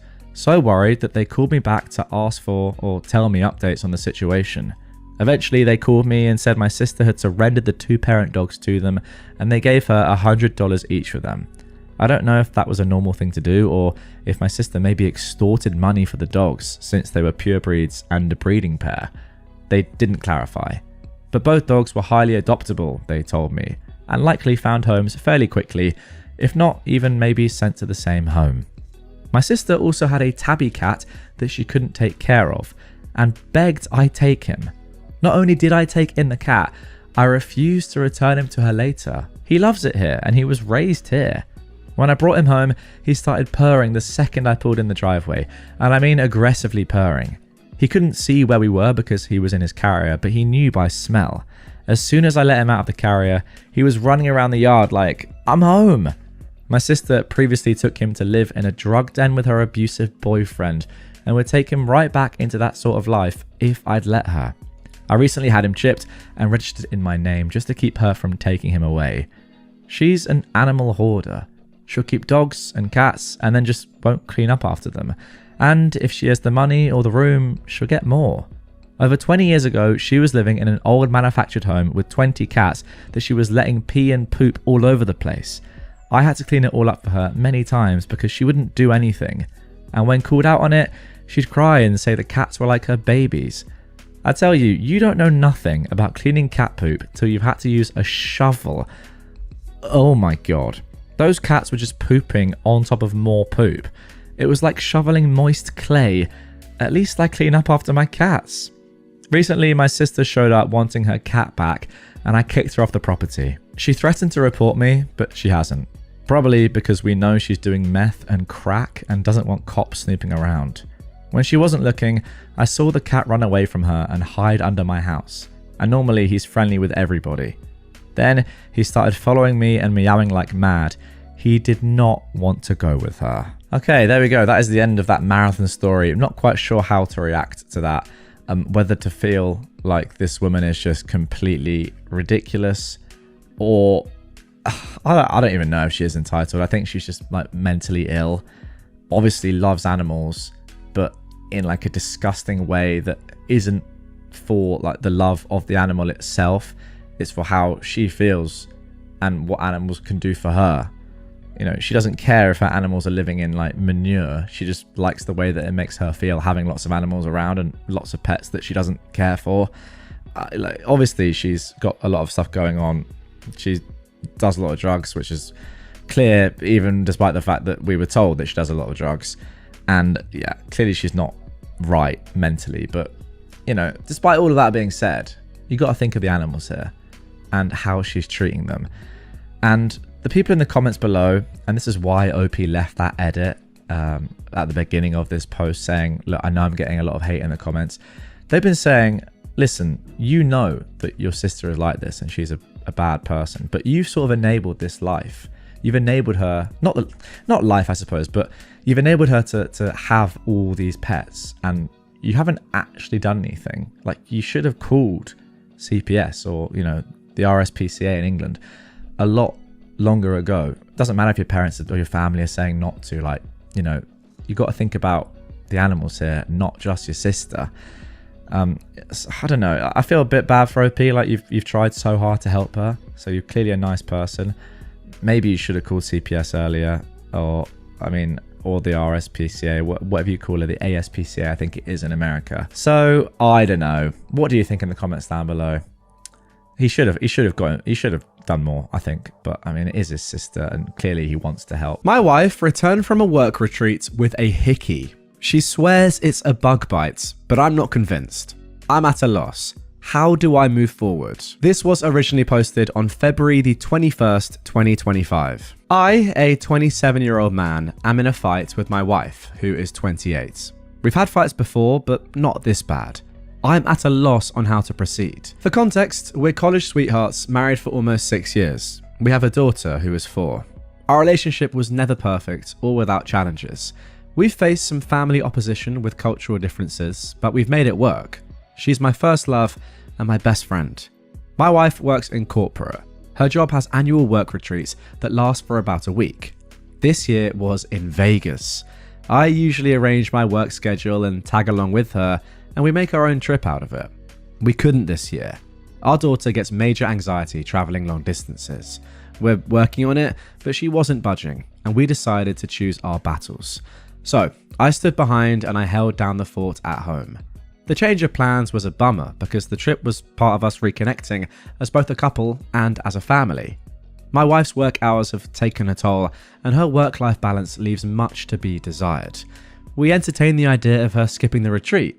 Attendance is optional, but it's generally frowned upon if you don't, and my wife's making connections in her field. She grew increasingly weird. We have a system if either of us is away for extended periods. We keep in contact. For the first day or so, she was herself, but she grew distant. I'd even text her about important stuff and be left on read while she claimed she never saw my text. Whenever we talked, she was rushing me or our daughter off the phone. These were all times she wasn't involved in retreat activities. We were supposed to have a mini birthday celebration for our daughter over FaceTime. Our daughter was excited.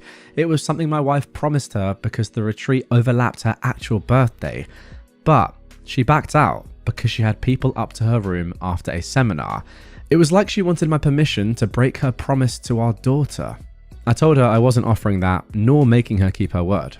She said I wasn't being fair, and this was a networking opportunity. They were business oriented and wouldn't understand her stepping away for family time. I said her decision is her decision, but she'd have to explain it to our daughter. She promised her that she'd rain check the following day. Our daughter didn't understand, and cried. My wife ended up hanging up and leaving me to comfort our daughter alone. The whole incident rubbed me the wrong way. I didn't like it. She didn't keep her word for the rain check either. She was documenting the retreat on social media. One co-worker, a 23-year-old man, was almost in every picture or video attached to her hip. In one pic, he had his arm too comfortably around her, IMO. He's a recent hire in my wife's department. She was asked to oversee him. I don't like the guy. He doesn't know boundaries. Once, in response to a work assignment, he texts my wife that she's exactly the kind of woman he needs to keep him in check. My wife brushed it off. She feels bad for him because he's not fitting in. She took him under her wing during his first retreat with the team. If I'd questioned, she'd say she was tired or networking. There was always something. But I've seen her at these retreats. This wasn't like her. She was just off. The day before her return home, she complained about a bruise on her neck. She stressed it was a bug bite. I didn't actually see the bruise until she came home. I instantly thought it was a full-on Hickey. She kind of brushed it off after making a big deal of it over the phone. I didn't push because our daughter was present. But when I was able to confront her, she clung to her bug bite claim. When I kept pushing, she asked what I was trying to imply. I outright said I believed she had a Hickey, and I didn't believe she was being honest with me. We had it out then. She was offended and angry at the accusation. Infidelity has always been a sore topic. Her family has a history of it. So we had a pretty bad fight, and she accused me of looking to pick a fight due to the incident with our daughter's birthday. I told her that had nothing to do with it, and everything to do with the Hickey on her neck. The fight ended in an impasse. We're still not recovered. She swears it's a bug bite, but I'm not convinced. I've always trusted my wife. I never doubted her, but this bruise doesn't look like a bug bite, it looks like a Hickey.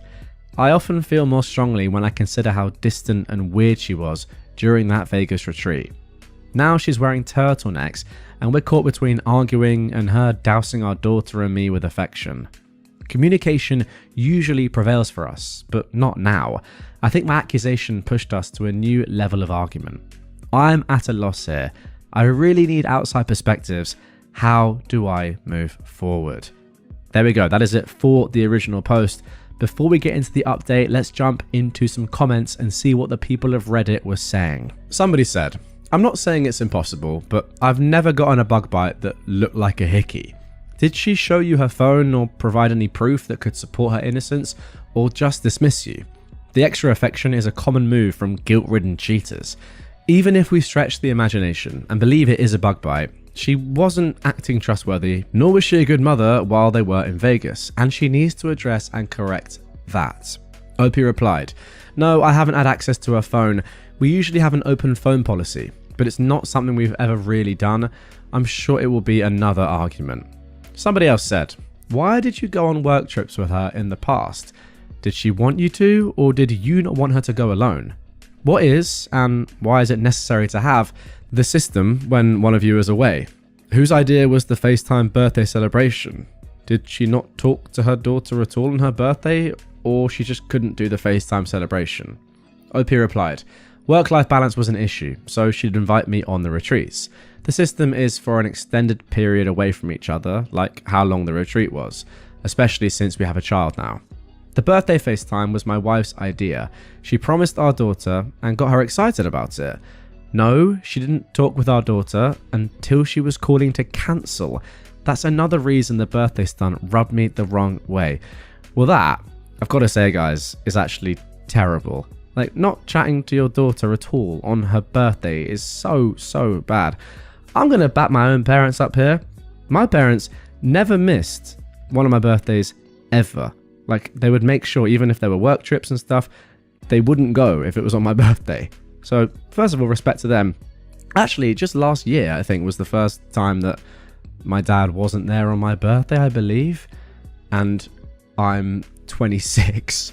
So, you know, there's two ways of doing it. And by the way, I've been away on my birthday without my parents. But, you know, they want to be there, which is pretty nice. And it's definitely not like this mother. Anyway, OP then responded to a deleted comment saying, yeah, you don't get to disconnect from being a parent, especially to a minor, for extended holidays. You certainly don't ghost them on their birthday, and when you promise to do something special for them and got the child excited about it, and then just hang up on them while they're crying. To be honest, I don't even think the FaceTime is special at all, but there we go. I'm not insecure, OP says. My wife's gone on the retreats before. We both work outside the home and have the caring for our daughter, so it's not an imbalance. My wife's work-life balance is out of sorts. She's in the company of other adults plenty. I've been with my wife on these retreats and other social events. I know how she is. She was off this entire trip, and it wasn't appreciated her entertaining a co-worker who ignores boundaries and the fact that he had his arm wrapped around her waist like he was claiming her or something. I trusted her when she said she had a bug bite. I got things to help her treat it for when she returned. It was only after I saw the bruise in person that there was no mistaking it was a Hickey for me, and I questioned her on it. Okay, then a week later, we got the following updates. Things are a roller coaster. I'm trying to process. It took a while for my wife and me to have any real conversation about the bruise on her neck. We were stuck between arguing and her showering our daughter and me with affection. I rarely saw the bruise because she was turtlenecked up, but I did note the healing process from reddish purple to yellow. There wasn't any more discussion about the Vegas retreat. She made it clear she was done talking about it and that she shouldn't need to defend herself to her husband.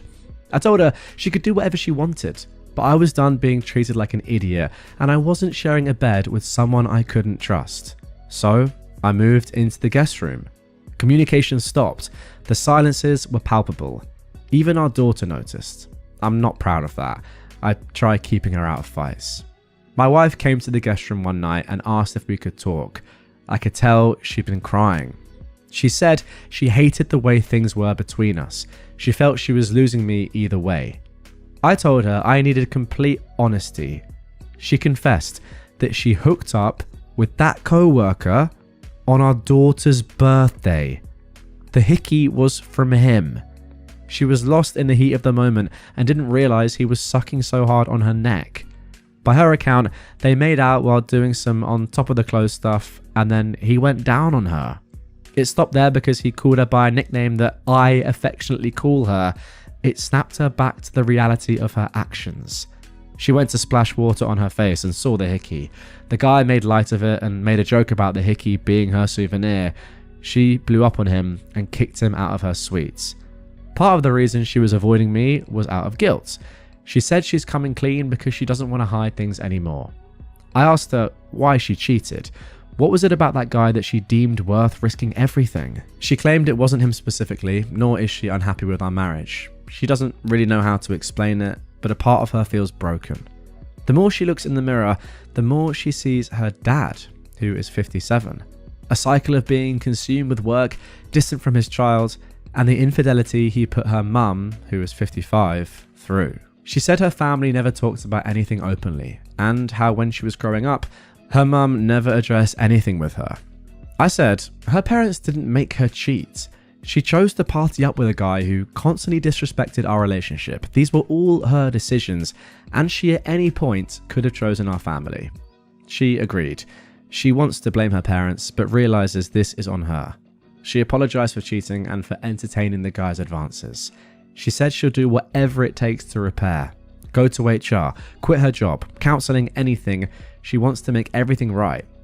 I told her I don't know what right looks like or if that's possible for us anymore. I knew we had our problems, but I thought there wasn't anything we couldn't talk out. She insisted we still could talk it out. We didn't have to give up on us. She tried giving this rally cry for our relationship, but I felt very numb. I said I didn't recognize her. Not just the betrayal of our vows, but also how she treated our daughter. She's like a stranger. She feels she failed as a wife and mum, but she loves us both beyond words and wants our life together and our family intact. I told her I couldn't give her the answer she wanted and thought we needed to separate and reevaluate. She didn't want separation. She felt we should stay together in our home, but I told her a separation was happening. Either she was leaving the home or I was with our daughter. She consented to leaving so as to best not uproot our daughter so much. She asked for our daughter not to be taken away from her. My wife's staying with my in-laws. I know that's difficult in itself because she doesn't have the best relationship with her parents. One of the hardest parts is the shift for our daughter now. Right now, she believes her mum's just busy with work per usual. She hasn't questioned it too much. My mother-in-law called the other day. She made no excuses for my wife, but she's advocating for us to work through it. She told me times when she heard my wife describe me as the anchor she always wanted. She believes there's something worth fighting for if I'm open. Despite some family opposition we faced throughout our relationship, my mother-in-law was always a supporter of us. I'm even more at a loss. I never imagined this kind of betrayal from my wife. She was my safe place. I feel numb yet broken. I'm in love with her. That hasn't changed. But I don't see myself, her, our relationship, or our family the same. Everything's more tense because it's fresh. I think this period of separation is for the best.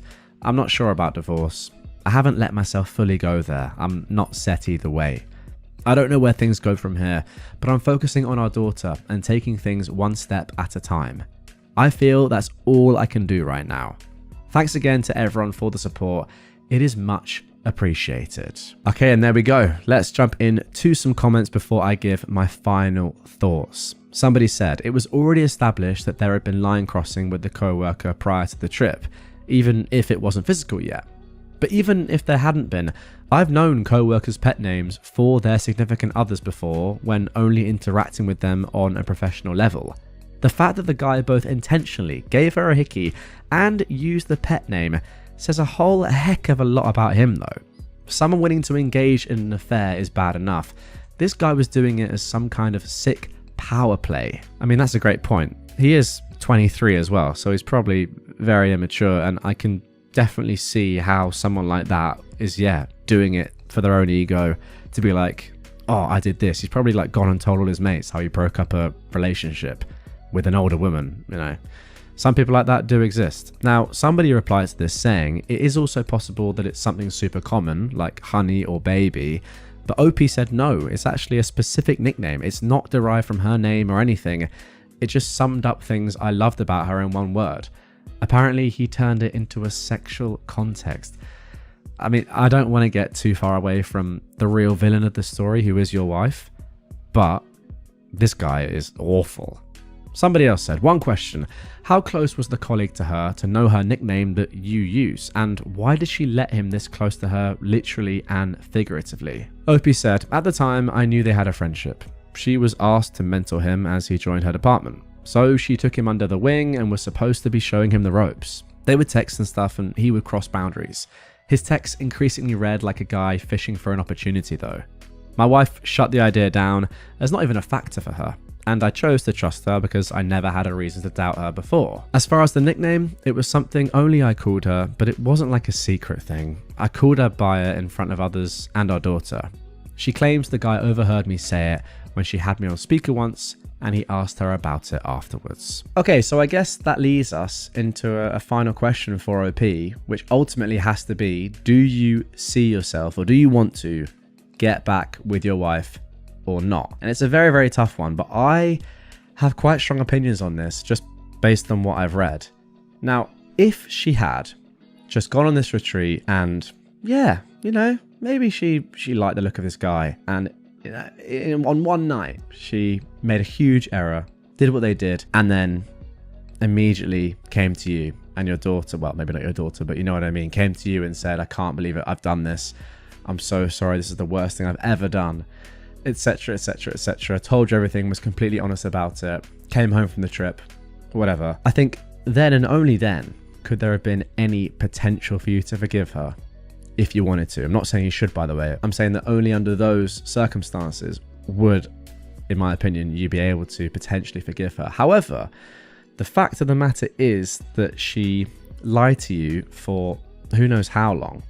A while, right? Like, she said the Hickey was a bug bite. She was just avoiding you the entire trip, not just in that one moment, or that one day. The fact that she didn't speak to your daughter on her birthday because she was like just going after this guy. The fact that this has been a thing before, which you've obviously talked about, the guy being close to her, or like, trying to get with her clearly, and her not actually, well, I suppose either she didn't understand it or was just a bit naive to what he was doing, or she actually knew what he was doing and was like, oh, don't worry, it's fine. Whereas in reality, she was probably actively encouraging it. all these things and more add up, and therefore I can say with all that context, then I don't see how you can ever get back with her, because it wasn't just the one, moment of madness, cheating. It was all the lying and deceit and everything else on top of that. So for me, I think this relationship is sadly done. I don't know how you could ever trust someone like this again. To be honest, I think it would be very hard to, even if they did just cheat and then immediately apologize and yeah, the cheating was the only thing. But all this as well, I think it's going to be impossible. But hey, I'm not in love with this woman anyway. So there you go. What do you think? Let me know in the comments down below. Racist customer demanded we fire and replace our employees with white American employees, even though we are an immigrant-owned business. I mean, I've got to just say this off the bat. It doesn't matter if you're an immigrant-owned business or not. Demanding that you fire and replace employees with white American employees is crazy. Anyway, let's get into the story. Okay, I am a 28-year-old woman, and I live here in Colorado. But my family and I emigrated here to the States from the former Yugoslavia, with my mother being Serbian and my dad being Montenegrin. My dad owns his own renovation business, which he was inspired to set up after watching the TV show Home Improvement. And even though I have my own full-time job, I do casual work for my dad's business, mainly doing office admin and payroll stuff. My dad has 2 employees, both of whom are Filipino. And one day, we had a customer who booked a job, and my dad sent his 2 employees to go to the customer's house, only for the customer to turn them away, telling them to leave. My dad's worker, who I will call Miguel, texted me to say that the client told them to leave. So I just assumed that they changed their mind and wanted to cancel the job. However, literally a few minutes after the text from Miguel, I received a call from the customer, who I will call Ken, who angrily complained about having 2 Chinese employees come over to his place, complained about them stealing jobs from white men, and actually demanded that we fire them, replace them with white employees, and send over an employee who is white and not an immigrant. I pretty much knew how this conversation was going to play out, but I decided to just roll with it and tell him that those 2 Asian men were our only employees and that our business is an immigrant-owned business, as my dad and I are both immigrants from Montenegro. Ken then demanded that we at least send over an employee who is white, and I told him it makes no difference if the employee is white or not, as the fact that my family and I are European makes us not really different to immigrants from the Philippines, China, Mexico, wherever. He then accused us of stealing jobs, saying things along the lines of, "This is Trump's America now, and that you don't deserve the business." And after letting him rant, I just told him to find someone else to do the job, and hung up. Well, there we go, guys. Some story to start this episode. Absolutely ridiculous. I just hope for your sake as a company that you guys had some form of non-refundable deposit in place, because you've had to send workers out there for nothing.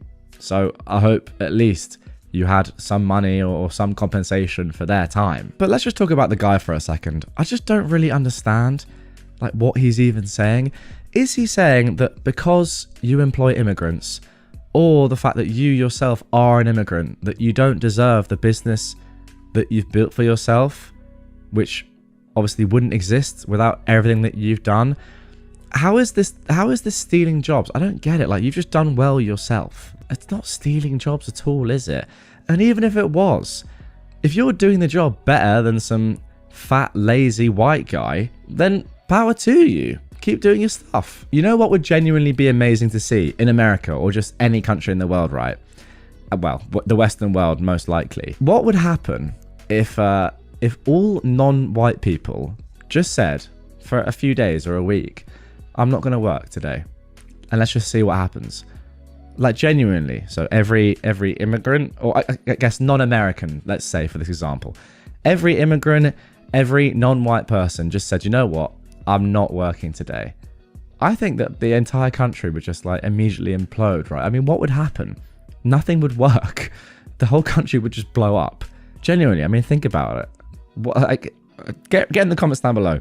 What do you think would happen? I think it would just be absolute anarchy, and probably be so funny to watch from someone in the UK. When my mailbox moving became political. So, when we bought the house and moved in 3 years ago, we accepted the location of the mailbox. It's on the other side of our driveway and across some uneven ground, about 50 yards away from the door. This wasn't a problem back then, but since that point, we've had a series of bad luck. My wife needed a new knee, I sprained an ankle, and while it's healed enough to walk on and go back to work, anyone who's had one knows that it can take a while before it's back to 100%. So, it was decided that the mailbox ought to be moved to the end of our path to the street. Straight ahead, on a flat and smooth surface, only about 30 feet away. We asked the post office what we needed to do to move a mailbox. We were told that all we needed to do was let the driver know that it was being moved and to just move it, making sure that it's numbered to match the house so there's no confusion. We went to the store to buy a new one since the old one was getting a little ratty from getting hit a couple of times, and I installed it this weekend. Which was, to our amusement, the best time to install it, since we actually caught the driver and were able to tell her that here was the new mailbox and that the other was going away. Great. Situation handled. Installation goes well, and now we're on to part 2, the removal of the other mailbox. Here's where my moving the mailbox got political. The old mailbox was on the same post as my neighbour across the street and one house over, so we shared it. During this past election, I posted no signs supporting either of the candidates. My neighbour John, not his real name, had half a dozen signs though, flags and a banner as well in his yard in support of a certain candidate. John came over as I was removing the old box and complained that the only reason I was doing this was that I didn't support said candidate, and this was my petty ass reason, and that I just didn't want to be associated with him. In truth, I didn't want to be associated with him. Largely before we knew he was a supporter, he wasn't a very pleasant person. Walking my dog, he'd yell at me to keep that goddamn mutt off my yard, even though I was on my side of the street. He'd also call animal control on me about my chickens running loose across his yard, when in reality it was his neighbour to his right that had the chickens. I don't have any, although I did buy a used chicken coop since it's also a very nice unit for keeping my wife's Angora rabbits in. So I can see the confusion. We used to wave to him like we'd do for any of our neighbours we'd see outside, and he never waved back, typically just ignoring us and making a point to look at something, anything else other than us. Unless we had the dog, then he'd watch us like a hawk to make sure we didn't come near his lawn. Honestly, we disliked him long before we knew he was a supporter. I explained the medical condition, the walk through uneven ground that I stated above, but that wasn't enough for him. He threatened to call the HOA.